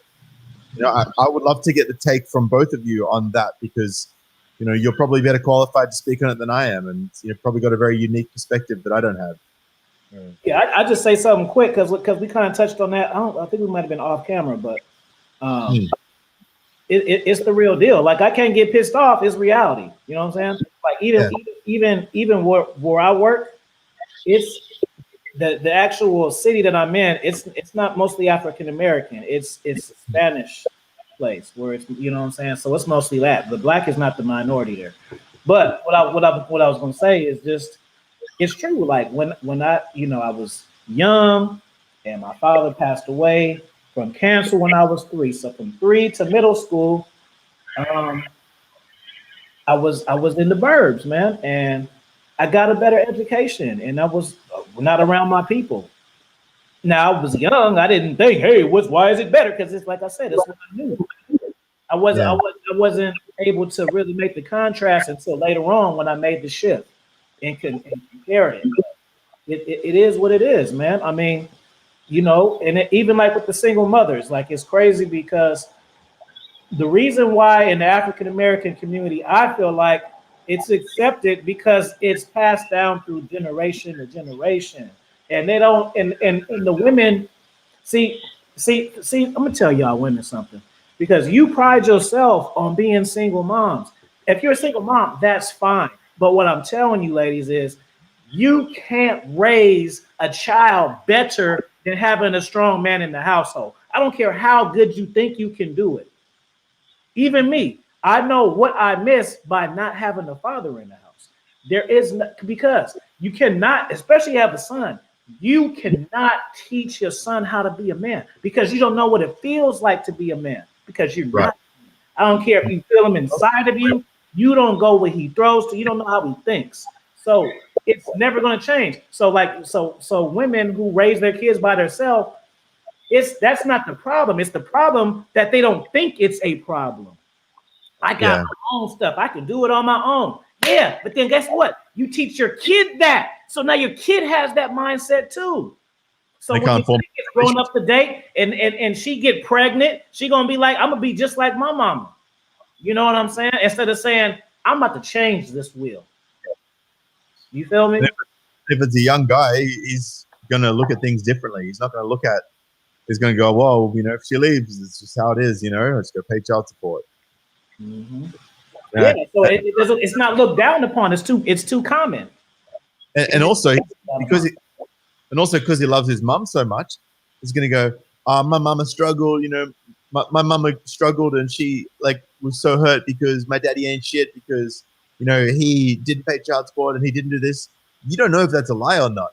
That's what you've been told by the person you trust and you love, right? And you go, I'm not gonna be like my deadbeat dad. You know, the one that couldn't see you, the one that was in prison because he couldn't pay his child support because he lost his job as an armed guard because you took out a false DVO on him and he lost his firearms rights to hold a firearm. You know, like you don't need to know what's going on until you see the other side of the coin. With respect to what you were saying before about how you grew up in the suburbs and not in the hood, you know what I mean? Yeah, I got exposed when I was a little older, like when, you know, a teenager. So, and it's cool too, because it also taught me how to code switch, which is something that everyone needs to know how to do. It's not being fake, it's being intelligent, right? Oh, I gotta be me. Dude, do you want progress in life? Are you serious about it? If I go to a job here, I'm not gonna drop F-bombs and stuff because I'm keeping it real. Like, it's not keeping it real, it's being intelligent and wanting to do something. Exactly. And I wanted to share. Look, I'm big on little snippets of song lyrics because I find some lyrics in songs can give me such a good perspective in life. And there's been so many times where it's like when I was going through my separation from my ex-wife and all of my friends turned on me. I probably listened to this same short snippet of this song for about an hour and a half straight, bawling my eyes out, just getting all the rage and the emotion and the anger out so that I could be at peace. And it was from Dr. Dre's song, I Need a Doctor. And it says, went through friends, some of them I put on, but they just left. They said there was writing to the death, but where the fuck are they now? Now that I need them, I don't see none of them. All I see is Slim. Fuck all you fair weather friends, all they need is him. Fucking backstabbers, when the chips were let down, you just laughed at us. Now you're about to feel the fucking wrath of aftermath, faggots. And it's interesting because that was kind of like the soundtrack for that process I was going through in my life. I had one friend that had my back, like, and not just on a sort of like, quietly talking to me behind the scenes. Like, he was like out there, like, no, I've got this guy's back, and fuck all of you who want to come at me like that, So he was my Slim at that time when I was, down and out. And another, like, Dr. Dre has got so many gem lyrics in his songs. And this is what I was, a little snippet from Still DRE that relates back to what you were saying about growing up in the hood. So growing up in the suburbs, but also not being in the hood. Or is it? Here we go. There's still ain't tripping, love to see young blacks get money. Spend time out the hood, take their mums out the hood, hit my boys off with jobs, no more living hard, barbecues every day, driving fancy cars, still gonna get mine regardless. Like, he wanted to help his brothers get out of that cycle. Right. And he did that for them. And he made that sacrifice because he knew that it wasn't good for them moving forward and that he could give them something better. So he would do that because he was in a position to do it, and he had that ability. So, despite all of the despite all the troubles that Dre's going through, despite all of his baby mama dramas with Nicole Young, and he's not taking the lead in the way that he should, and respect to him for prosecuting her over the emptying the bank accounts, by the way. Shout out to you, Andre Young. I appreciate you. Hey, you know what, City? This is random as hell, but because it just dawned on me, I can't slip it. Do you watch wrestling? Or familiar with wrestling? Dude, you look like Daniel O'Brien. I knew you reminded me of somebody. You look like Daniel. Google him. You look just like Daniel O'Brien, bro. IAN or YAN? DANIEL BRYAN. Sometimes you got to see. He has different versions with the beard, without the beard. Y'all got the same eyes and the same kind of face. You see him? Yeah, man, I see it. Man, I'm flattered, bro. You look like Daniel O'Brien. If y'all know who he looked like, Daniel, look, y'all smile the same. Look, I'm telling you. No, I'm big on wrestling. I got a wrestling channel, bro. So I was like, man, this boom. Someone's like, you look just like Daniel O'Brien. But your face is the same. I'm gonna share this screen so people can make their own judgments. Here we go. Where are we? There we go. Look at your eyes and your face. And then if you watch a video of him, you can see how he smiles, like his mannerisms. You're like him, bro. You ain't got to look at it now. Look at it later. Like, you see his interviews, you guys talk. Yeah, cool, man. By the way, shout out to Ryan Link Gaming. Ryan, actually, so good to see you, brother. Thank you for joining up, bro. I'm looking forward to chatting with Ryan Link Gaming again. He's got one hell of a story, and I'd love to bring him on at some stage and share that story. He recently reached out to me after dropping a super chat, telling me about something, and man, that is one hell of a story he's got. Man, I'm telling you, it's crazy. So shout out to you, Ryan Link Gaming. I was thinking about you just today, no homo. So we'll have that chat very, very soon. But yeah. So yeah, that's interesting. I'm actually a big doppelganger fan. So there's like whenever I see someone who looks like someone I know, I'll walk up to this dude random as hell on the street and be like, hey man, look, I know this is really weird, but this is a guy that I know and you kind of look like him. Like, there was one chick where I found a photo of her online and she looked so much like a friend of mine that I sent that photo to my friend that she looked like. And this chick, this friend of mine, didn't even know that wasn't a photo of her. That's how close it was. So I've got an eye for this stuff. Hey man, they always say I look like Jim Jones. You know Jim Jones, Cameron? Just Google Jim Jones. That's what they say to me. I get it all day. Especially when I used to have a beard, like not this beard, but more of a beard. Put in Jim Jones, New York, or Jim Jones Deep. We don't want the crazy one to show up. Jim Jones, Dipset. That's I get that all day. Oh, yeah. Even when I was young. I can see that. I can see a little bit of that. I'm gonna bring this picture up so you guys can judge. And I want to.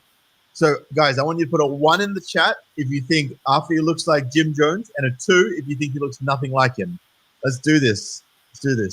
Hang on. Share screen.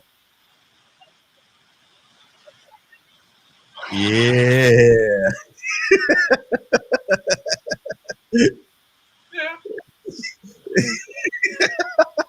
I can see it.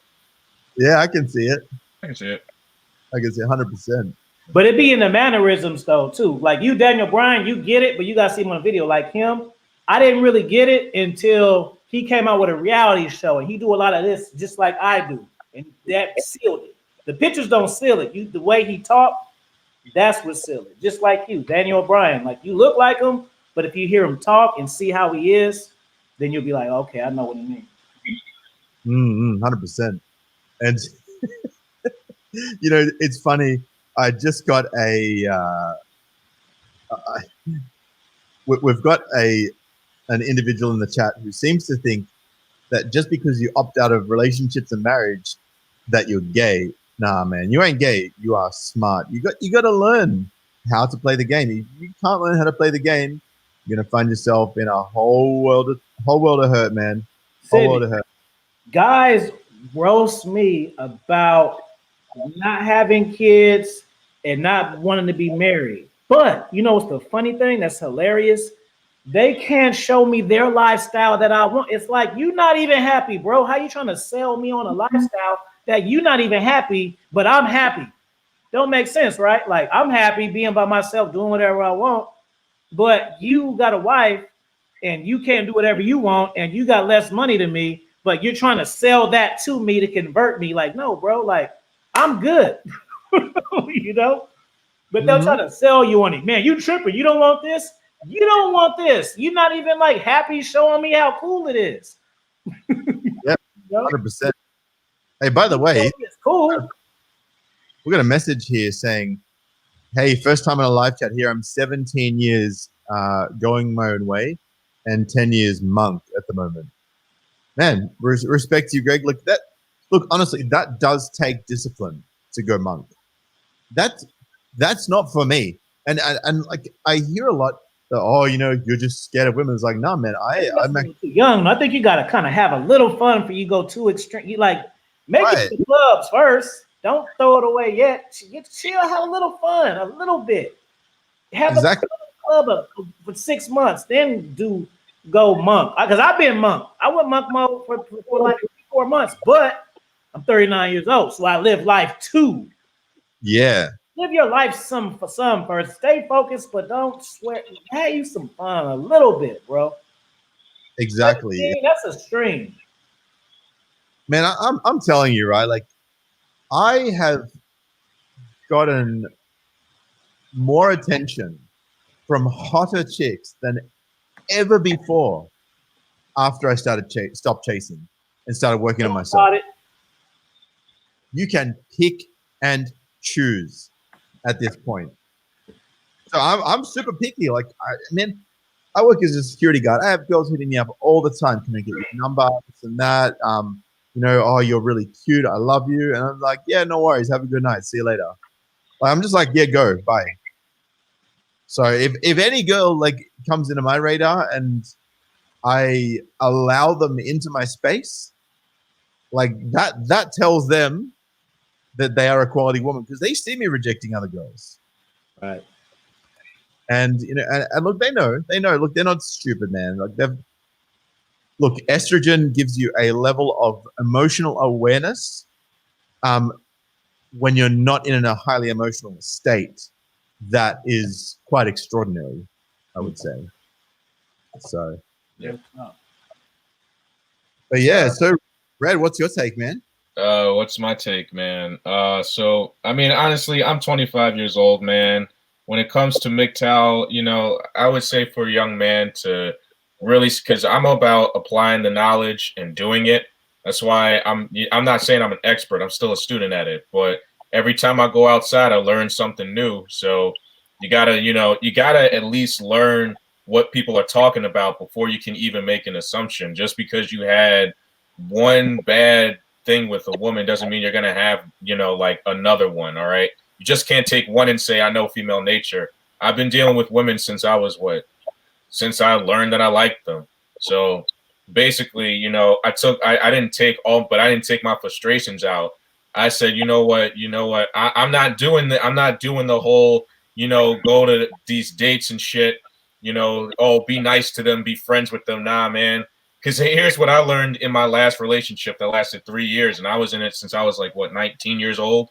I learned, first off, don't get into a relationship with somebody that's A, not going to take care of themselves, B, going to let you do what the hell you going to do. Because, I mean, look, listen, I was sleeping around in that relationship, but I didn't care because she enabled that, all right? And then at the end of it all, she said, oh, I got jealous and stuff like that because you were doing – I said, well, you allowed it. So if you're gonna allow me to, so if you're gonna be in a relationship and you allowed it, but then honestly, I only asked her one question because she was the one calling me back. I never called her back because after 3 years, I'm not dealing with that shit no more. And I knew that I didn't know it, but at that time, I was just making the conscious decision to check out anyway. Because if I was just gonna sleep around with more women, what's the point? Being in this relationship. So honestly, I just checked out. I was just in the relationship just to be in the relationship. And I knew that. But I was just, at the end of the day, I was immature at that point. But when it ended, I thought I was going to be upset. I was only upset for maybe a month. And then I started to, really think about my own life and what I really wanted from it. But as she came, I told her to fuck off because, she kept on calling me back. And I just said, yo, stop. Look, listen, it's time for you to go. Listen, I don't care what you're doing. I don't care about your new job. I don't care about the new person that you're sleeping with. I don't care. Just leave me the fuck alone. That's all I want you to do. All right. It's gone. and then she literally says, you can come back to me. I said, I didn't say shit. I said, you know what? Fuck this. You're blocked. Please stop calling me. And then after she left, there were more people that left. It wasn't just her. It was a bunch of people that she came in contact with me. All right. I'm talking guys that I was in a band with. I'm talking about friends from college, community college. They all dropped off and I was on my own. And I said, wow, it's amazing how one woman can take for the last 3 years can take everything away from you. And then I said to myself, but you know what? Did I really need all these people? Did I really need all this stuff? I said no. So then what I started doing, I started literally getting rid of everything that reminded me of her. If it was underwear, if it was something that she gave me, I threw it out or I donated it. I just said, it's not worth me keeping all this shit reminding me of you. And then at the end of the day, I started realizing that there was a general pattern in all of this because it wasn't just me. It was a lot of other young men that were going through this stuff. And it wasn't just black men; it was white men also, man. Just because everyone thinks that I'm the big cheese around here, but I'm not, man. I just see that young men need. I mean, we got Young Men's Daily Red Pill, and shout out to him. But there needs to be a lot more young men's voices out there because there's not a lot of them. 100%. And I thank you guys for giving me the opportunity, man, because I'm learning a lot from you guys. I'm learning how to maneuver myself in this manosphere and stuff like that. But also just I've been reading the books and stuff like that and applying it to my own life. So now I'm just learning that and right now I talked to a girl that's doing my new logo and shit. But then yet again I said, look, listen, because I said look, listen, because I was being I think, oh no, I thought AFI froze. But, talking to her, I said, look, listen. I said, look, listen. You busy, I'm busy. Look, listen, call me when you do. I don't give a fuck. Like, you're pretty and all, you're attractive and all. And I showed you the picture of her, man. I showed you the picture, Afi. I said, look, listen, you're attractive. I like you. You know what? You can do my logo all you want. Okay, I don't give a fuck about that. But when you're ready to really have some fun, call me up, all right? Just okay, but I don't call her, I don't text her, I don't do none of that shit. Why? Because I value my own time and I value my own space rather than me just trying to chase more bitches for nothing. Right. I want to piggyback off of you, fellas. Really, just find out what you feel happiness in doing. Like, whether you're MGTOW, red pill, black pill, don't go with shit. What do you feel? What do you like? Me personally, like, I don't live a player type lifestyle because I think I'm a big shot. Like, I just never. I'm an exceptional person. I never yearned off of that kind of companionship ever. I'm not talking. I've got my heart broken stuff, trying to do stuff. Like, my only interpretation of women was I didn't have a father and I don't want a baby mama, so I have to be in a relationship to be committed and then have a child and raise that child with a man and fathering household. But it's never been about, oh, I love this girl so bad that I want to be with her and have it. No, it's never been like that. And when I got to a point where I'm not gonna say I don't want, but accepting the fact that I may not have kids, the dating shit, because it's like it doesn't matter now. The one little nail in my coffin, like, at the end of the day, I gotta have a girlfriend for a kid. Now that, so it don't really matter to me. You know what I mean? Because I can take it, but I can leave it too, because I'm happy now. Yes, 100%. That's so true. And that's kind of the thing about it, man. Like, young men, they think, you know, because I mean, I'm a young man too. You know, I'm 25. I got 5 more years before I'm 30. But I mean, look, listen, I understand it because we're in a different time nowadays where we're hypersexualized. You know what I'm saying? Like young ladies are learning about sex earlier and earlier. You know, I remember when I was in New York and I was on the 2 train, and they were these like young kids. I think they were like 12, 13, 14 years old respectively, and they were talking about like banging these chicks that were like 12 and 13 years old. I'm like, dude, they learning this shit a little bit too early. And that's kind of scary as we, you know, progress in this, you know, society, man. Like, they learning it earlier. But the problem is, man, is that nowadays, you know, women are learning this shit earlier. So now they're learning how to, you know, make these young men simps. And then who has to foot that bill?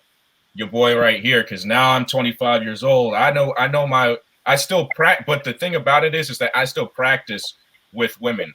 But here's the difference between me, what I'm doing, and what other guys are doing. I negotiate saying, you scratch my back, I scratch yours. I ain't going to budge until you give me what I want. All right? That's how I take care of business.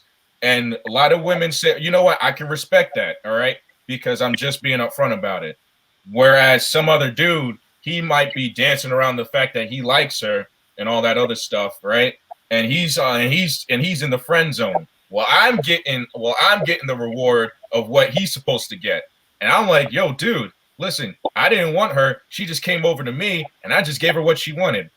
But I said what I said to her. I said, look, listen, I scratch my back, you scratch mine. If you can't deal with that, get the fuck out. At the end of the day, that's how a young man is really supposed to be doing it. Because what's more important right now, to me anyway, money that I'm making, job that I'm doing, career that I'm establishing, having my own stuff like my Red Sings the Blues, and then women, like in that order. Women should be the last thing you should be dealing with. Practice with them. That's what I'm practice, because you'll understand it the more times you do it. But don't try to get into a thing with a woman, because that's where it's gonna. I'm not saying don't try to get the date, don't try to get the number. Just try to do it, and then you'll see what I'm talking about. The more times you start practicing it, I don't just. Oh, I'm Red Sings the Blues. I pull this shit out of my own ass. No, I wake up, I go outside, I talk to women, I try to get the numbers, I try to get the dates, and 99% of the time I fail. Not because, oh, I don't look good no, trust me, I keep myself in good shape. But the thing is, I'm not for everybody. I'm not for every woman. And what certain red pill guys like to do is say every woman is yours. That's not true. The reason why I say that is because when you try to get these types of women, right? They're either trying to fleece you, they're trying to get free dinners, free drinks, and you give it to them. All right. Just because you're a red pill doesn't mean you're still not a blue pill. You're not one blowjob away from back to where you used to be, right? And that's just the thing about it. All right. You got to learn how to control that stuff. You know what I'm saying?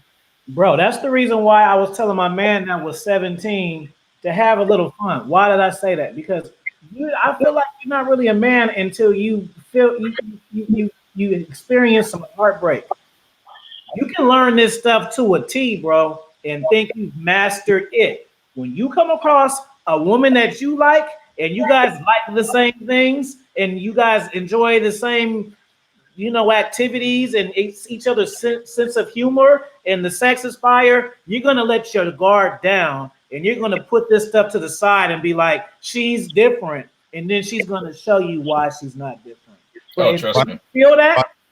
Yeah. I just to share something here because but I want to go, guys, because I know I gotta get up to my live stream pretty soon. But I do, I thank you guys for having me. Check out my channel, guys. I'm going live pretty soon. Thanks, bro. I'll talk to you soon. No problem. Bye-bye, man.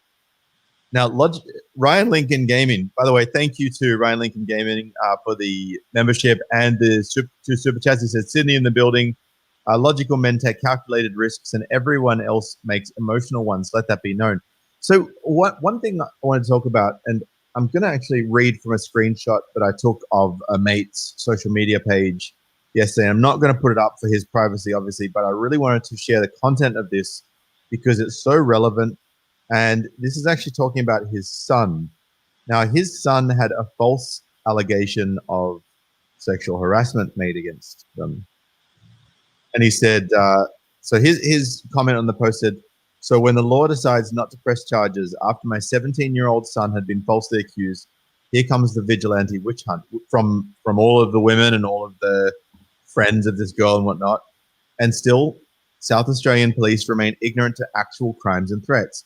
This is the message I received from his mother today, and the message reads, hey, thought I would let you know that things are escalating with this girl. Not sure if he has mentioned it yet. I have seen some of the disturbing messages that have been circulating amongst the peers, and my car has been scratched, vandalized with key scratches. I have reported the damage. And her continued defamation to police, but have been told that they can't do anything about it. I'm in the process now of contacting the school principal to see if there's anything he can do to help on that front. Now, the most unfortunate thing is that there's really not a lot that can actually be done about this. That's just the sad reality of the situation because nobody cares. And that's the direction we're going in. So I actually, I sort of said, well, you know what? Like, this is not time to lay down and just hope this is going to go away because this is going to get worse if you don't reply to it. Because if you don't respond and counter that, people are going to take that as your silence and as an admission of guilt, and you will forever be that guy. So what I actually replied back and I said, hey, bro, get him to install a dash cam in his car, which has motion detection. And hang on. And I said, also, get him a T-shirt that says, and quote, open quote, and then obviously insert name here. I'm going to call her Delilah. Delilah is a lying piece of shit, end quote. Imagine him walking around school saying, Delilah is a lying piece of shit. Why would you go around the school wearing that unless she was a lying piece of shit? Yeah. There's going to be more questions raised than answers from that one. And she is not going to want people to be walking around the school with a shirt that says that she's a lying piece of shit. So that's actually going to shame her into apologizing and begging him to stop wearing it. And now he's got the power play. The ball's back in his court. He took it back because he had the balls to stand and be like, you know what? I'm not taking this bullshit. I'm reclaiming my reputation. I'm reclaiming the position. I'm taking the masculine frame. And you are going to apologize and you're going to shut your mouth because you should have never opened to begin with. And, you know, that sounds kind of aggressive, but like we need to take that kind of frame when it comes to things like false allegations, when it comes to people talking shit about us. Sometimes it's best just to let people talk shit about us because that's a really good way to filter out all of the scumbags that have previously called themselves friends. Because the real friends will come to you and be like, hey, man, listen, I've heard this stuff being said about you. What's really going on? Because that doesn't sound like you. You know what I mean? Right. So, I feel like this, brother. If someone's talking crazy about me, and that all it takes is for you to hear something about me, for you to flip, we were never friends.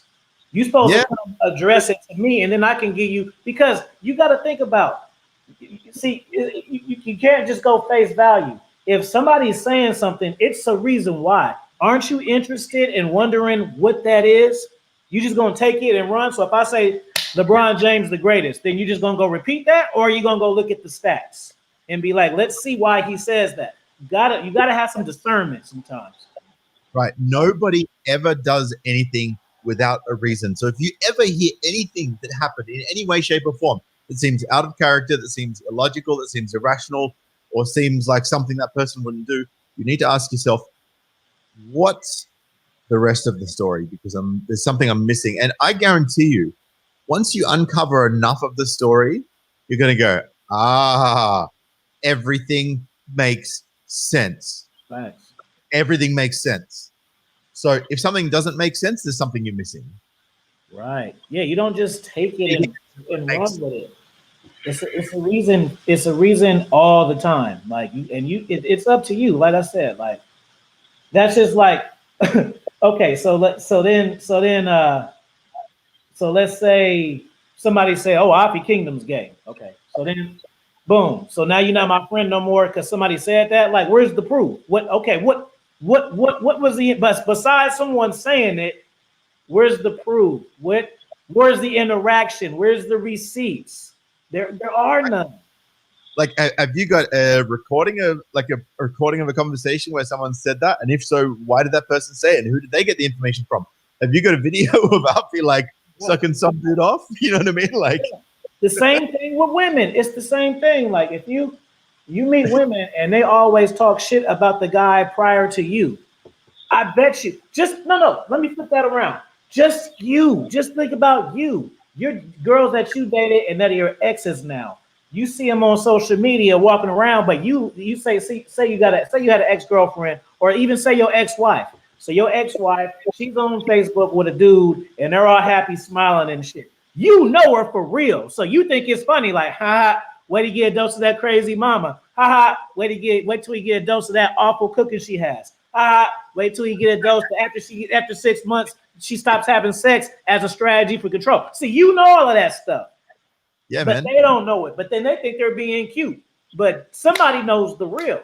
You know what I'm saying? The thing that I love is now that there's so many of us men out here that are actually understanding all this and grasping all that and really realizing the mechanics of human interaction and human dynamics, because that's essentially what the red pill is, understanding that.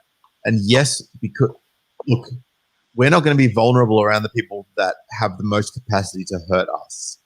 And the people that we tend to invest the most emotionally in are the women in our lives that we love, because we see those as our future wife. We said these are the mother of our children, right? We stake everything on these women sometimes.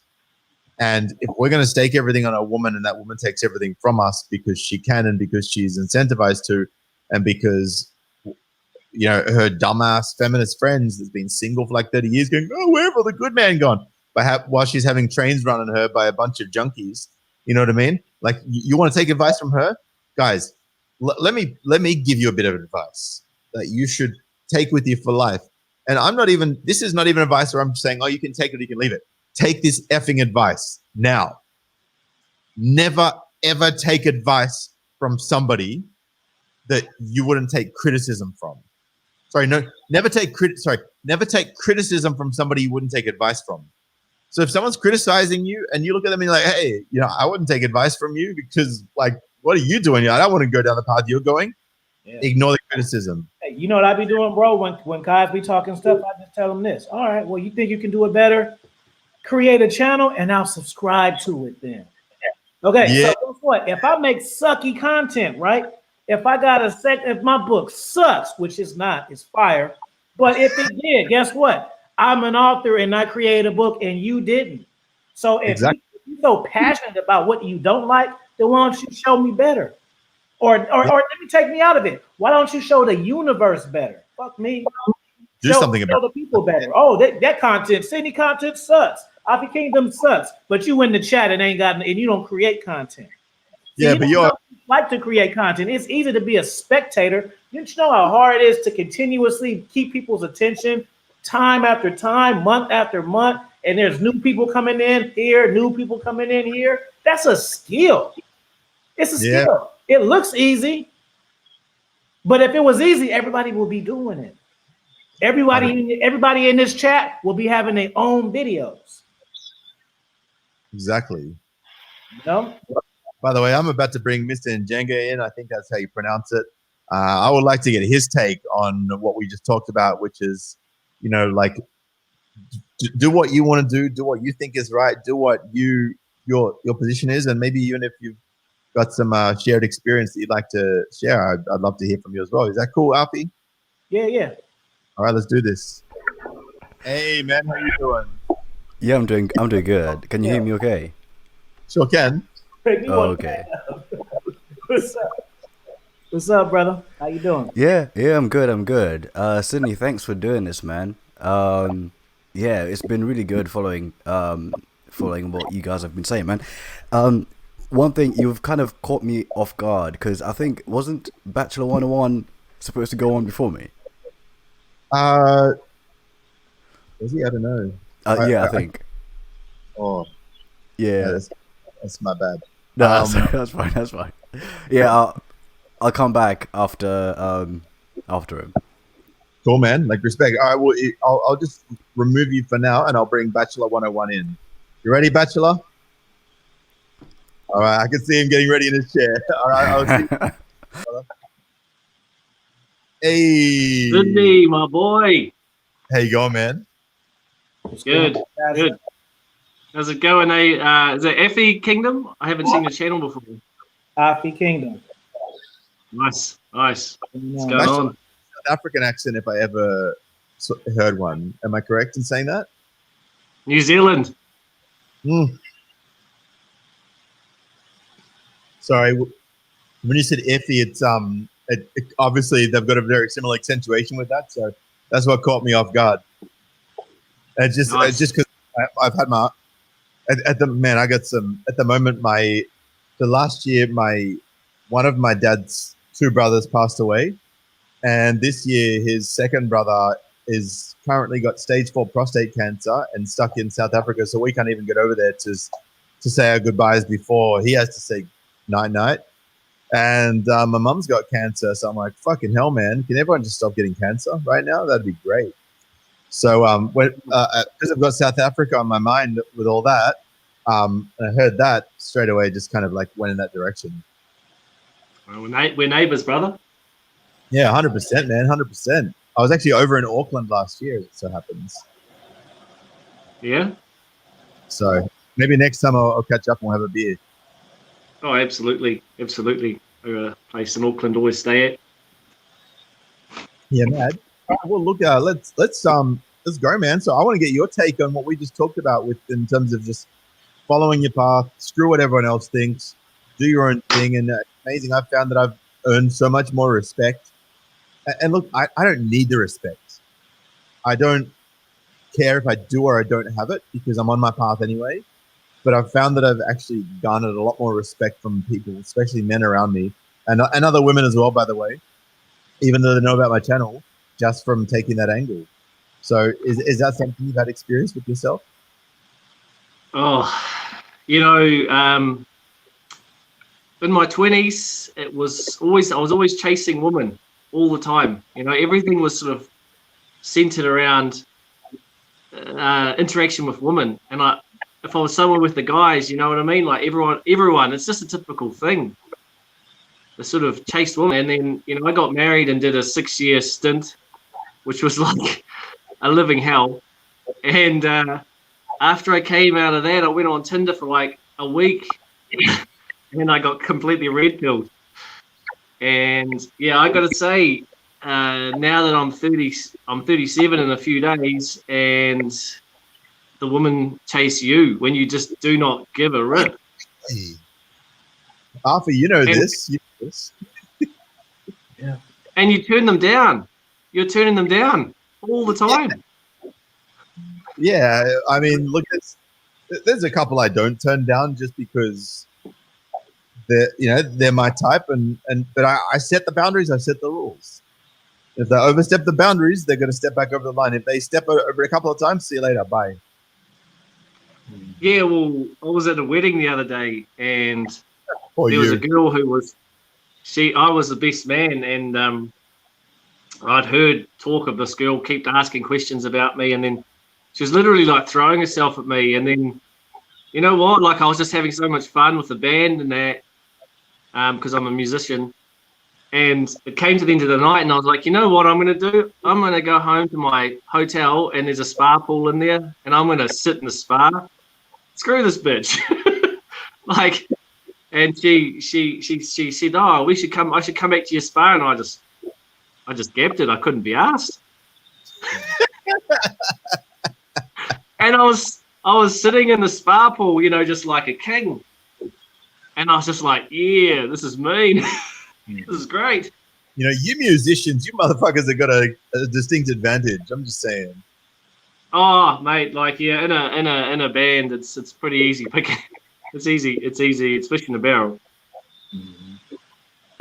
You know, like personally, like I tell guys you shouldn't get married and stuff like that. But on one level, it's because it's not safe. But on another level, people don't understand. Relationships and marriage is a job that you're not getting paid for. Like, it takes a lot of time to put in to have a successful one. It's beyond, forget about side chicks and all of that. Like, guys think that you date and you have fun, and then when you find the chick that you're interested in, you get it together and life is on easy mode. And that's when the game gets to hard mode. Because you're dealing with one person now who knows everything about you. That's beyond dating. You know what I'm saying? To keep a woman's interest from now until life, and not even her emotions, your emotions. If your woman's feeling good and you're feeling bad, y'all gotta have see that kind of stuff. We skip past that. Even if she take half or she don't take half, it's a job. A relationship is not just you got in-house sex and a meal and a companion. Oh no. Like, fellas, you can have a kid. Look, you can have a child with a woman, and that child, you think it's all good. The child actually puts a rip on your relationship. You didn't know this was going to happen, but hey, you might have been wanting to be a dad hella bad, and guess what? You're showing that child more affection than her, and that causes the rift. See, it's not always, oh, you cheated, or oh, this happened. Sometimes it's things like that. So it's not what you think. It's a job. Now, obviously, it can be successful, but you got to put in work more than 8 hours for sure.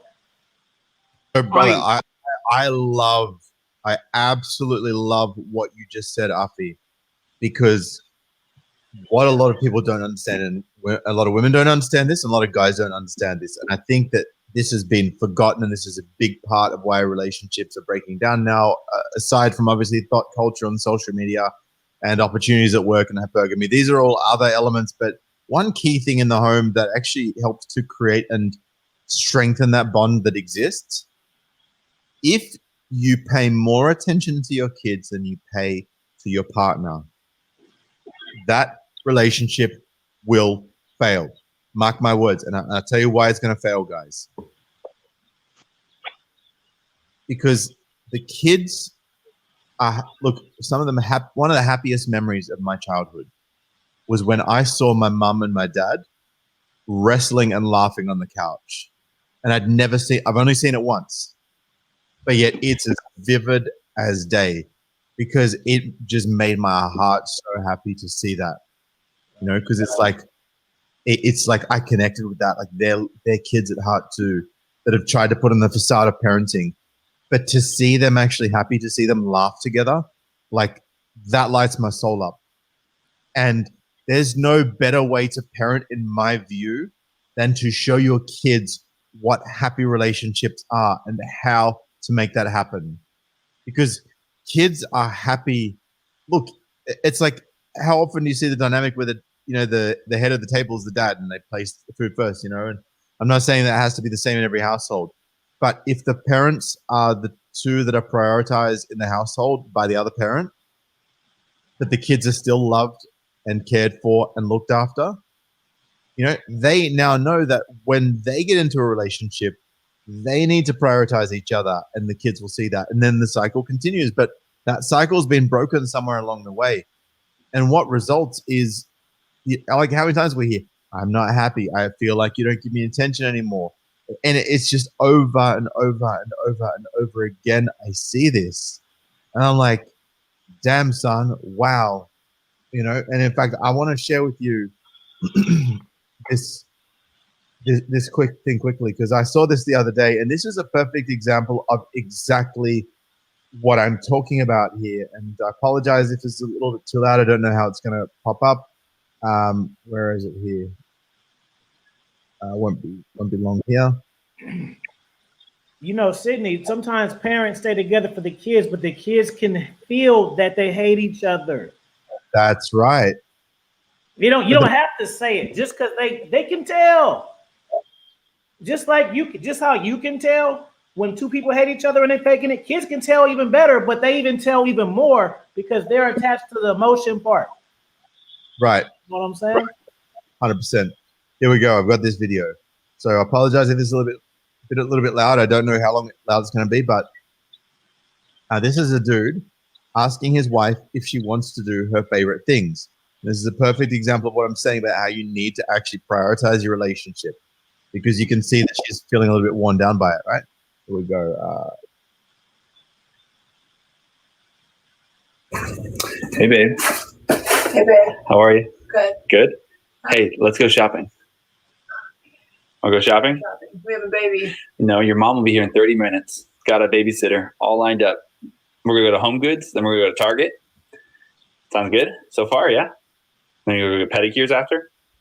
What? Yeah, let's get pedicures. Yeah? Oh, eyeliner. Away.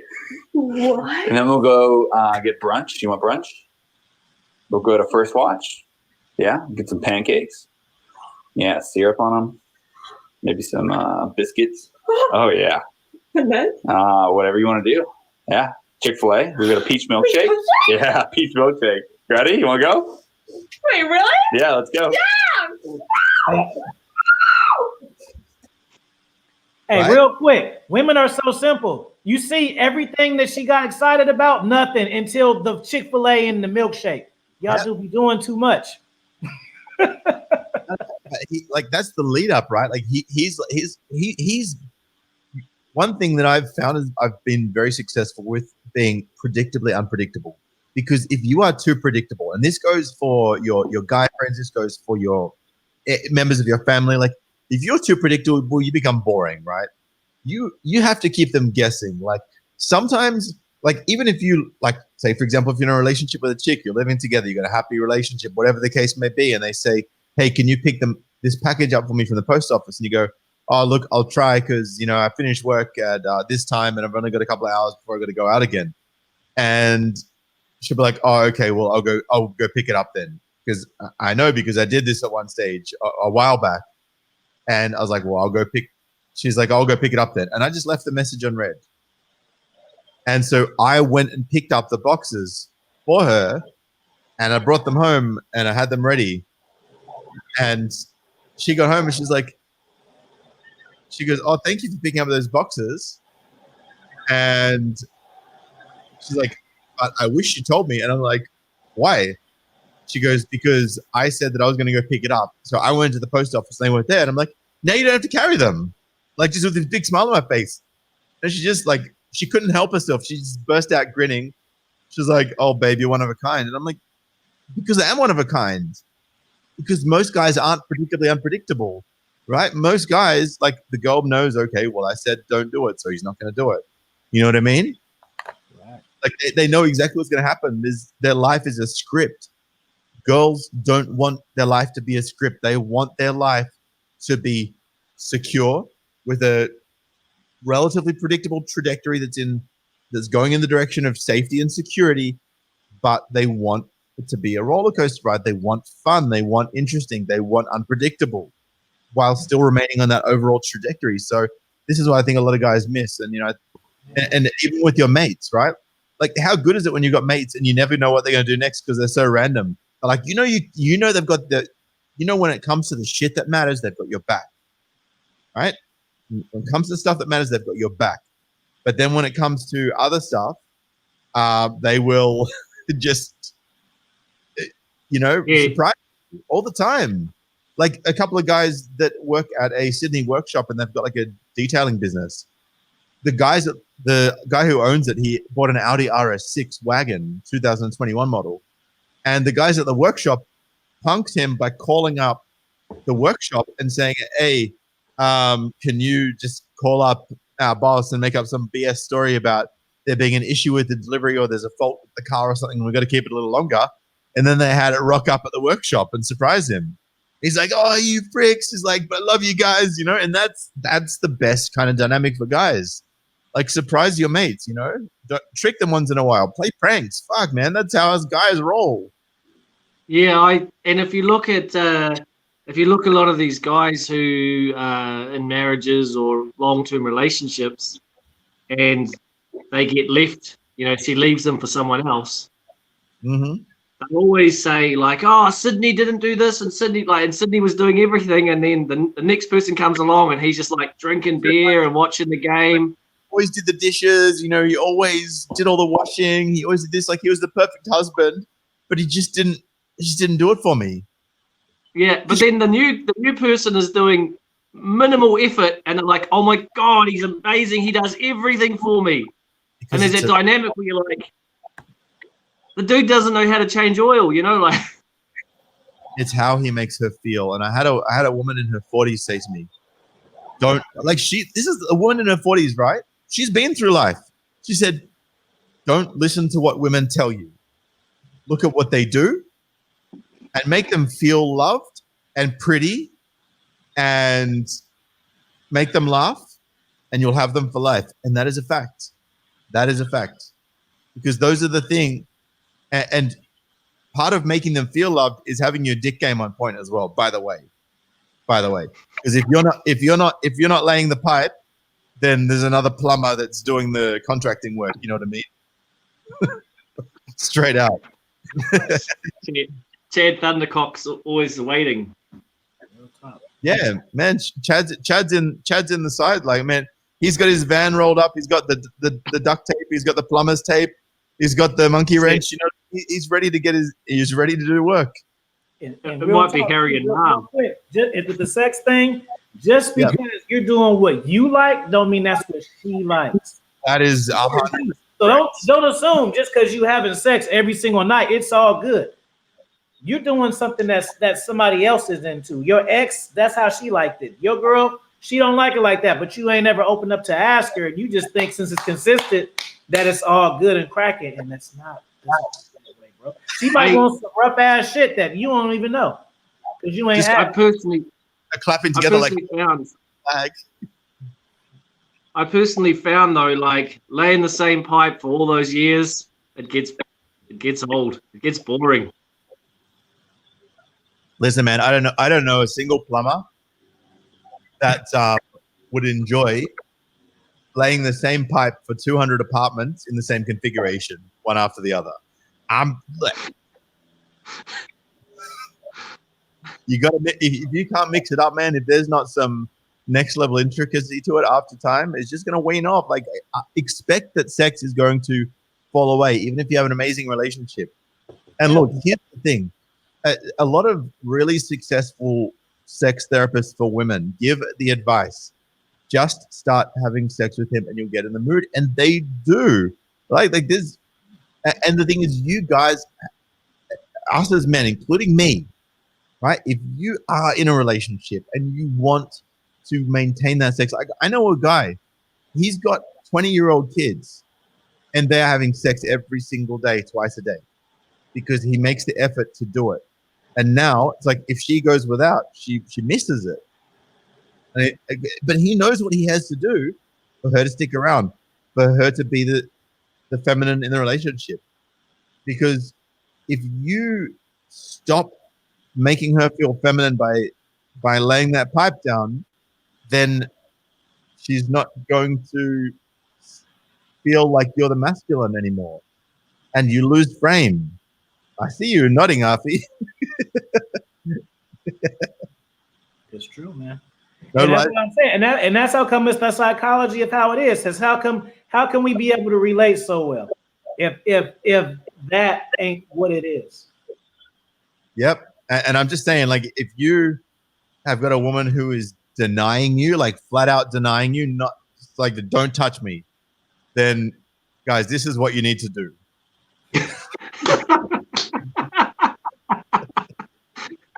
Yeah, man. And even true, like even if sex is good, like sometimes when you're just not in the mood. Like you see, you think you're always gonna be in the mood before you have a girlfriend. You think she's hot, so you think, man, if I had that, I'd be hitting that every day. Like, yeah, that's what you think. Why you think these rappers and stuff deal with girls? And because they know the people for real. Once you know people for real, they're not as attractive. That's facts. Once you know people for real, they're not as attractive. Even for me, like dating, right? I remember 2-3 years ago, I would meet women on Instagram, right? Now, when they incorporated the part where the videos came along, it was disqualifying a lot of chicks because I'm like, wow, she talks like that? Like, I remember this one particular chick I liked recently. I don't know her, but I just seen her pictures and stuff, and I thought she was pretty hot. And I never interacted with her or anything. And she went live. She's just sitting there. She doesn't have no conversation. It's like she doesn't have a brain. She just sitting there popping her gum. Yeah, she didn't even know how to engage her followers. And I really look at it because I make podcasts. So it really looks bad to me. It's not, it looks kind of bad to the average person, but this is what I do. So it's really like, God damn, you don't even know how to have a conversation. She's just sitting there and she's just saying, oh yeah, I like chicken noodles over beef noodles. Shit like that. This is a time on Instagram. She take the pictures and do all of this, and it's all fire signs. And you just hear her talk and her intellect. It's like, really? Yeah, she's sitting there. I'm not even being funny. She's sitting there talking about what's the better cup of noodles. How can you be super hot to me now? She killed the fantasy. You know what I'm saying? That's it. Yo, Sydney, I'm going to let someone else come on because I don't want to hog the stream. Because there was someone who actually let me go in front of them, so I feel kind of bad if I hog their airtime. By the way, Bachelor, as long as we're going to let them come on, not in, right? Yep, but check out my channel, Bachelor 101, if there's anything interesting you'd like to see. So, thanks, Sydney. I'll give it a peek, man. Thanks for coming on. I appreciate it. Check out my channel too, Bachelor. Thank you. Nice to meet you, mate. Nice to meet you. I got a consultation in like 15 minutes, Sydney McTow. So I can just say my last words real quick because he's gonna. Yeah, man. Sure. So first off, I want to thank you for having me. You welcome to my channel anytime you want. All you are is a DM away. For the people in the chat, I want you guys to check me out. My channel is the AFI Kingdom Podcast. As you can see in the super chat below. Right. Then. Go to my channel, hit the subscription bell. I got 4 books. One of them I don't have with me, but I got this book if you want to learn stuff, this book, and this book with my trusty dog too. I got because I love my pet. You know what I'm saying? Real Machiavelli-ish, right? So make sure you buy the books and check me out on Instagram. And I have see even then, like I got a different channels. I got a food channel, a gaming channel, a wrestling channel, and a podcast. But I'm not going to spam, so just going over to Instagram, and you can just check it all out for yourself. But I appreciate you having me. Appreciate everybody in the chat. And y'all slide over there and holler at me. And even if you guys have problems and stuff, I respond to my DMs. I'm not gonna leave you on red. So if there's certain situation you think this guy's kind of brash, I ain't gonna ask.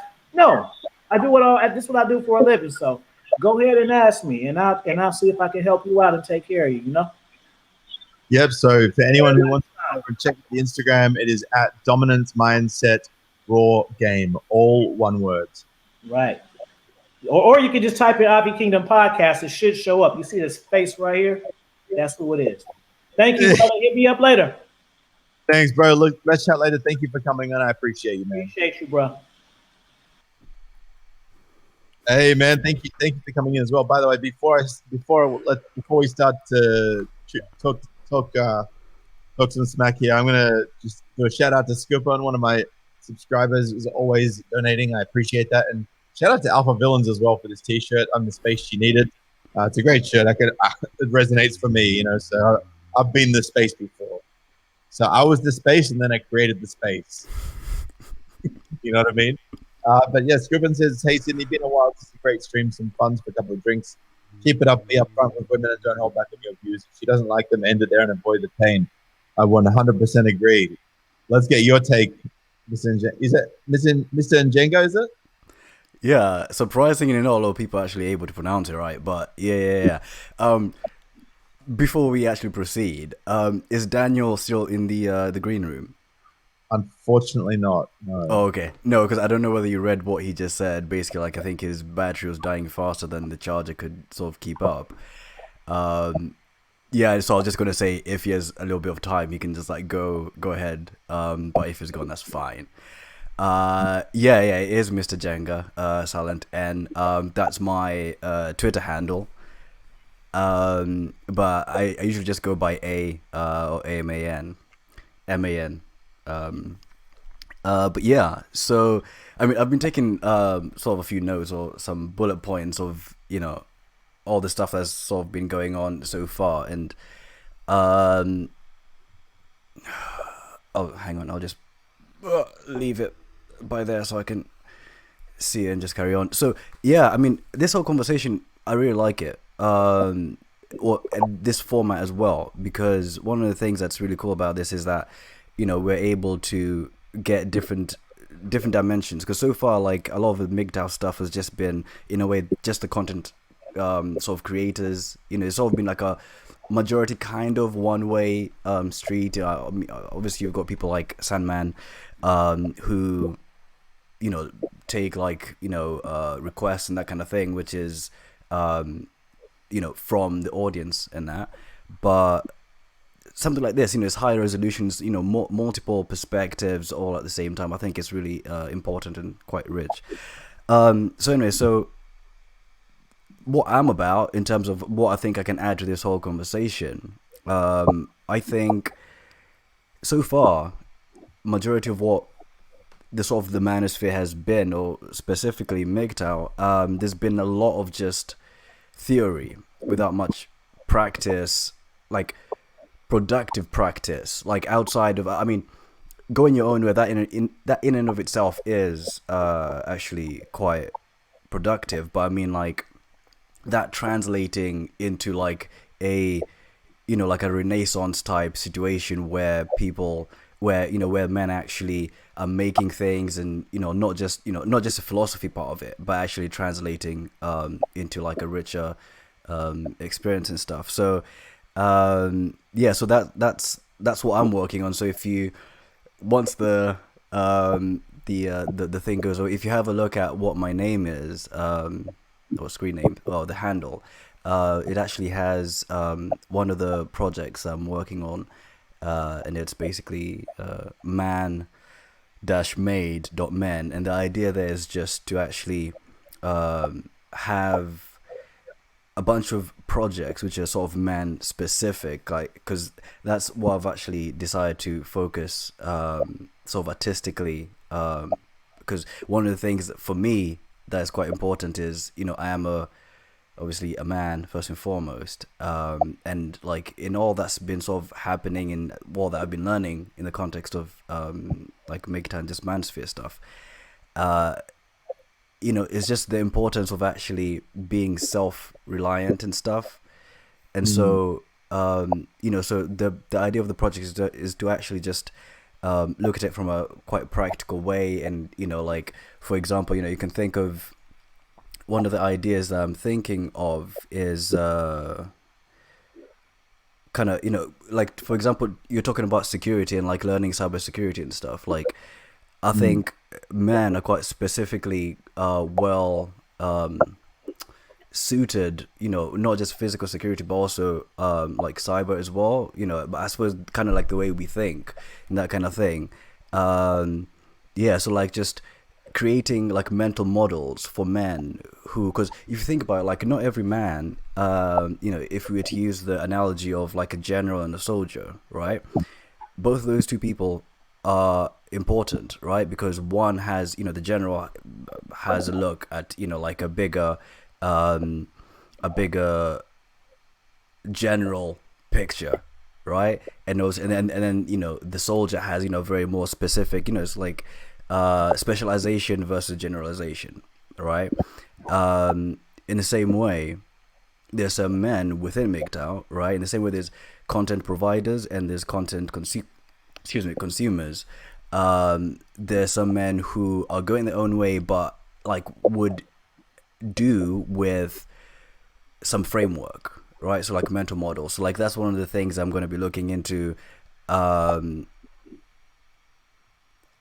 well as actually just practical stuff. Like for the longest time, I've wanted to explore the idea of a companion. Like, this idea has been sort of floated around, with folks like Sandman and TFM talking about it and stuff. But no one so far has actually like gone like balls deep, basically, actually executing on realizing like the idea. I like to call it a companion as opposed to a sex doll or a sex bottle, that kind of thing. Because the way I'm thinking about it is basically sort of like the body and the soul, right? So the soul, like utilizing the latest technology and stuff. Just reading the Sandman comment there. So like the soul is more sort of software, right? And sort of like utilizing the latest in terms of like machine learning and that kind of thing, like creating a conversational experience where the man would be interacting with his muse, right? Because that's a working title at the moment for this companion, his muse. And then the body part would actually be the actual physical body, and building that, obviously, which will take a lot longer than the software part. The world of atoms moves a lot slower than the world of bits. But actually, like in building the bot itself, like utilizing stuff like, because you might have seen like the Boston Dynamics bipedal Atlas robot, right? Which is basically hard robotics, right? Which is like really heavy, made of steel, metal, and that kind of thing. And so there's an opportunity here to actually like create something which is closer to like a soft robot, which is able to be bipedal and like have a whole bunch of aspects which would actually humanize it and make it practical, whether it's in the bedroom or in the kitchen, that kind of thing. And so like I've just in the background, I've been working, just sort of sketching some ideas, and so like time, I suppose stuff has just kind of conspired, with the pandemic and all this, to this point where I'm about to actually leave what I've been doing in terms of work, and I'm about to just like go completely into this. And actually I was gonna just like announce, like start putting stuff out on International Men's Day, which is like in a month's time. I was gonna go on to like like one of the MGTOW channels, just like have a conversation. But then, I was just watching you and I was like, oh, I must just come on and, just share my ideas and stuff and have that whole kind of conversation. So yeah, monologue over. I'm just curious, like, yeah, what do you think in terms of like companions and stuff? Like, do you think it's a feasible thing? Do you think, yeah, just yeah, what do you think?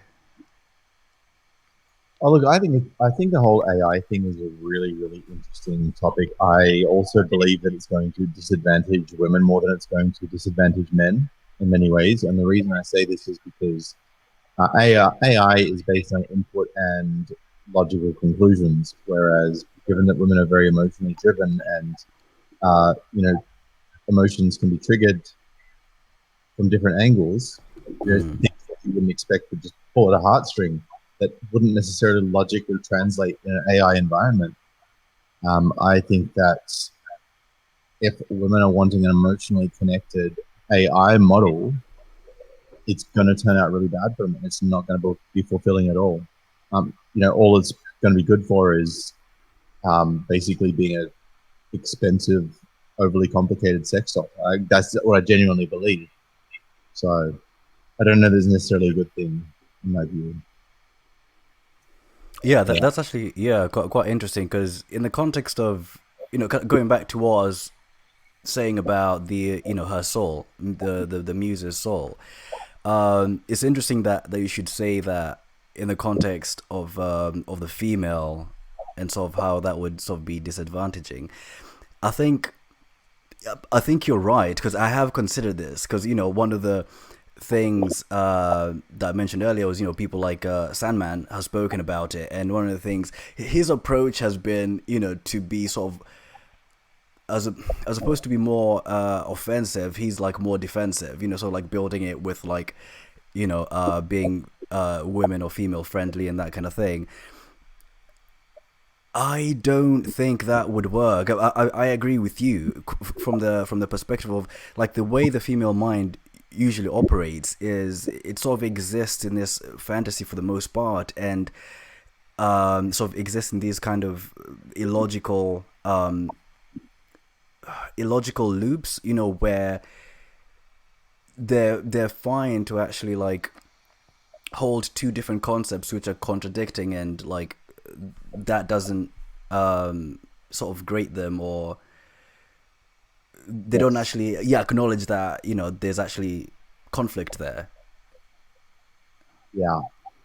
And when it comes to machines or computers, like these are logical things. So if you try and a good example is Star Trek. I don't know whether you've watched Star Trek, but a bunch of episodes in the Star Trek the original series, what they would do whenever like the AI of the Enterprise, the spaceship, would sort of go haywire and like say turn off the oxygen, and try and like try to kill the humans inside it, is someone would like interact with it in a sort of contradictory way and that would just basically like fuck up its system and then like you would die basically. So yeah 100%, man. And I think it's going to be really messy for anyone who thinks that they're going to be able to somehow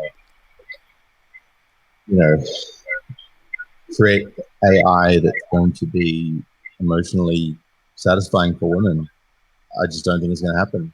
yeah It's going to replace people in terms of the workforce. It's going to be a very interesting space moving forward because I am not in favor of universal basic income, but is that going to be a necessary evil in the future? Possibly. What kind of impact is that going to have on people's industriousness? What sort of impact does that have on society moving forward?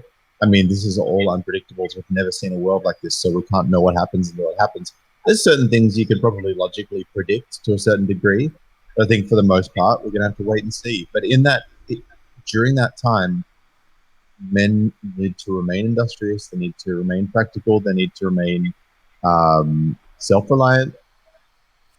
And I just think that guys need to ensure that they claim their place in the world, like properly claim their place, and just say, "This is where I'm going. This is what I'm doing. This is my terms. You're along for the ride, or you're not along for the ride. And if you're not, then I'm going solo. See you later." Yeah, I completely agree. I mean, just to like quickly step back and then step forward, going back to the whole emotion thing, like I think it's important to kind of like communicate the difference between men and women. I think the whole illogical thing in the context of a logical computer trying to interact with someone who fundamentally works from a place of emotion and sort of logic. That is going to just be a difficult and sort of, a thing that just won't work. Whereas if you look at men, they're sort of rational beings. I think, the probability of that working and actually designing a system, the way I'm approaching it actually is the equivalent of a shrink, right? If you think of, basically what a shrink does is a shrink has a good and base understanding of psychological patterns, right? And these are sort of like broad psychological patterns, but then after each session with a shrink, they're able to gradually, and with the notes that they take, they're able to to understand what patterns exist in your particular life, kind of thing. And then they're able to ask you questions in a way that you then make it makes it seem like you're the one who's come up with this the solution, kind of thing, in the way they sort of lead you and phrase the question, that kind of thing. And this is all things which can actually be at the moment be programmed with quite basic AI, in terms of like having this log of conversations like an IM between you and her, right? And it understanding you, right? And it's possibly even understanding your expert sort of field domain, where I don't know if you're a mechanic or a physicist or something, where you come back from a day, from a hard day at work, and you're having a conversation with her, and she's able to gradually get you to see angles which you hadn't previously seen before, right? So the fundamental thing about my approach, kind of going back to what I said before, why I do not think about it as a sex doll, as someone in the chat just said, sex doll is nihilism. I think a tool can be used as a weapon or as a tool, right? So the way you design it and the intent. So the reason why I do not call it a sex doll, I call it a companion, is actually the thinking behind it. Like, this is gonna be an experience which is fundamentally about getting a man to be aligned with his purpose, in the way like a wife is in a way kind of supposed to be that kind of that stabling force in a way. Does that make sense? Yeah. So, I mean, the literal definition of companion is one who accompanies or associates with another, either habitually or casually, one who shares a lot with another, a mate or a comrade. And I agree with you on that point, because I think with respect to these dolls,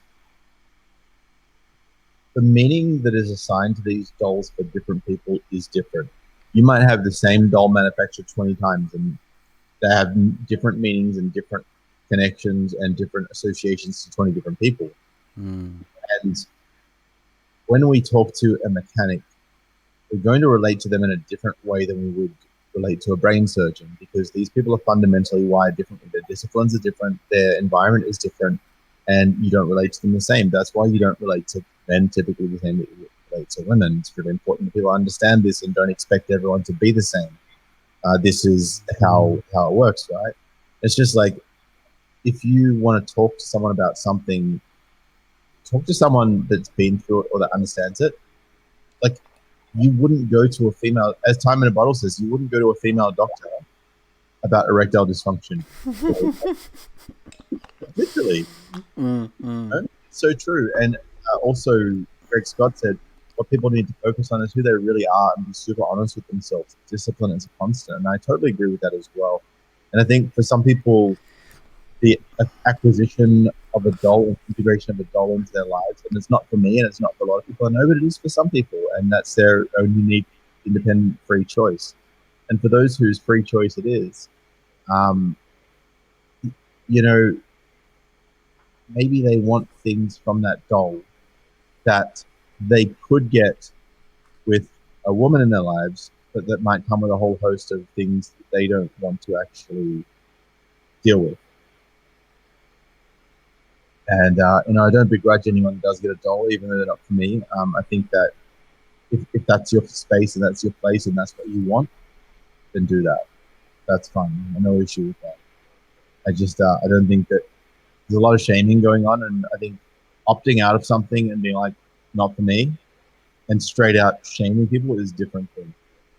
Dolls, guys getting dolls aren't harming anyone. If anything, if you are wanting to date, it's actually giving you more options because guys are taking themselves out of dating pool, and that's up to them.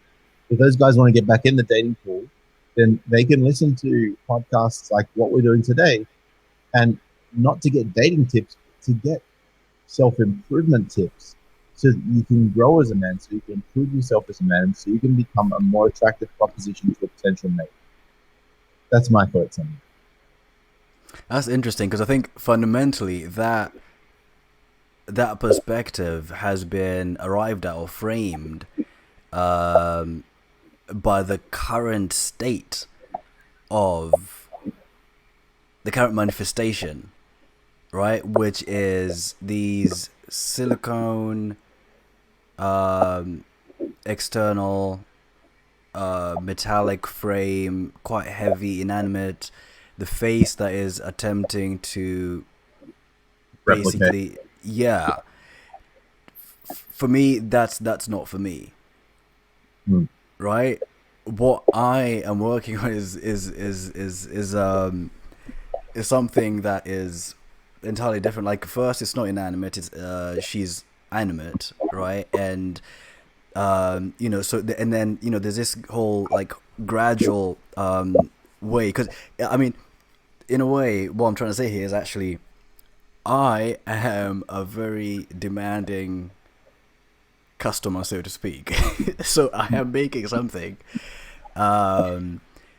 which I would be happy with, which is a tall order. And I think once I gradually start to communicate, I'm working on and stuff, and it starts to actually take shape and stuff, I think it would be really nice to to have these continued conversations with the state actually changing. Having said that, actually, I just want to quickly touch on or expand on one point that I made earlier. One of the things that I think is quite important, or at least I'd want for me, is a space, like a physical space to actually like like a retreat, go away, spend like a few good months just like reconnecting in a way with masculinity and sort of brotherhood and sort of the sort of camaraderie and in that way, in a way kind of like whenever when guys turn like as you're talking about earlier about being conscripted, whenever guys turn of a certain age and then they have to go to the military kind of thing, what the military does, it sort of resets one's appreciation of nature, of masculinity, of just like the basic stuff that's important in life, right? So actually creating creating something that's similar to that, but that has its own sort of curriculum in a different way. Basically, like, part of what inspired me, like, in terms of like breaking this down, this particular idea, was a while back. I lived in Japan for a little while, and whilst I was there, I actually went to visit a monastery, and yeah, I really liked the vibe. Then I just sort of imagined, man, like. And whilst I was there, not at the monastery, but outside of the monastery, in rural Japan, I met this martial artist, this retired, like world famous, not famous, but like accomplished. What's the word? Yeah, basically like a really accomplished martial artist. It's sort of like just things started to sort of like fall into place. It's like, oh wow, if I can be able to sort of put together something in such a place, especially with the spirit of Japan and connection with nature and sort of Buddhist sort of vibes, or like not particular Buddhist vibes, but like just the idea of sort of resetting, in nature and sort of outside, in the sort of rural, connecting with nature, doing, sort of war games or whatever, like, having guys learn whether it's like self-defense, in a way where, sort of like what that character in the Matrix says, like, you'd never know someone until you fight them. Like, there's something which, is awakened in you, an awareness that you only, in a way, arrive at. Understand their full potential. Exactly, right? Through actually, like, the physical engaging, so stuff like that. And also mentally, so like cybersecurity and stuff, like basically like retooling or reskilling a bunch of young men, or young men, maybe older men, but just in a way where they have the physical ability and the mental and sort of technical abilities that really sort of help them internally but also externally, because like the reason why you're going into cybersecurity is the demand for that, exactly, right? So well, I mean, I also very analytical minded. I love solving problems. I love working out ways to counteract people, like to cut people off at the pass, prevent them from screwing people over. So I love that. And I mean, my whole entire channel for almost 4 years now has been about preventing people getting screwed over fundamentally. So if I can help big companies do this on a massive scale while making Bitcoin, why the hell would I not? exactly, yeah. I mean, that, what was that? That makes just so much sense. And I think like creating an ecosystem where that's actually the way. But actually, I suppose a good point to actually bring up at this point in the conversation is, I feel like one of the things that as Mike says in the chat, Morpheus said, there's a difference between knowing the path and walking it. One of the things within the manosphere is that there's a monetization problem, right? Even here, like, you're having to sort of self-censor, other creators are having to sort of self-censor, and Sorry, that little dinging noise. no, that's fine. Having to self-censor and the issue of monetization, right? I mean, efforts like what the guy who started MGTOW.tv is doing, like, I really like what he's doing, but it's not without opposition. From what I understand, he's getting like DDoS attacks kind of thing, and people just but such efforts, like, I think After him big time. was it again? The feminist elite is after him because they can't silence him there. The SJW collective don't want any voices other than what they dictate to be heard. And this is coming from a really emotional, feminine place, them silencing everyone. Because here's the thing. If you take away, let's say, for example, if there's a makeup artist and she's got like 500,000 subs and she's killing it and she's making big money every month and she's like, and Gucci handbags, she's got a Range Rover and she's got a house and all of this stuff and on holidays, blah, blah, blah, blah, blah, blah. She's over in Dubai driving Lamborghinis. Then all of a sudden, YouTube goes, cut off. She's like, why would I even stay on here? I'm just going to make it OnlyFans if you're going to cut me off from money. She'll find another source. But we men, we're not in it for the money, most of us. So, and when YouTube cut myself off and Sandman off, look, Sandman's got a source of income. That's fine. I got no issue with him making money off coaching guys because time is money, right? And I'd rather be spending time making money than. And you've also got to place a value on your time. If you don't place a value on your time, for me, that value is the outcomes that I create in guys. That's where I get my value from. That's what I value in exchange for my time. And the emails that I get knowing that I've changed lives. Whereas for some people, if the dollars in your bank account that drive you on YouTube and they cut you off, you're going to leave. And you're going to self-silence. by virtue of not saying anything anymore because there's no more incentive. If that was your incentive to begin with, see you later. But what they didn't count on is men not being motivated by money. And this is what's killing them.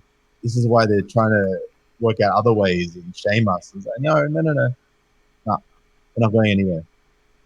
Exactly. Yeah. We're not. We're missionaries, not mercenaries. Yeah. Hey, Right. By the way, I'm going to wrap it up in a second because I want to go and live stream this presidential debate. I just saw. Oh yeah, shit. Yeah. Four people walk up on the stage and elbow bump the speaker. I'm like, guys, are you fucking serious right now? Like, man, just shake hands and sanitize afterwards if you're a germaphobe. But this is the political correctness. But yeah, man. Look, I'd love to chat again sometime because I think you're very insightful and I appreciate your input today. And it's been a really good convo. And I'm glad you joined the stream.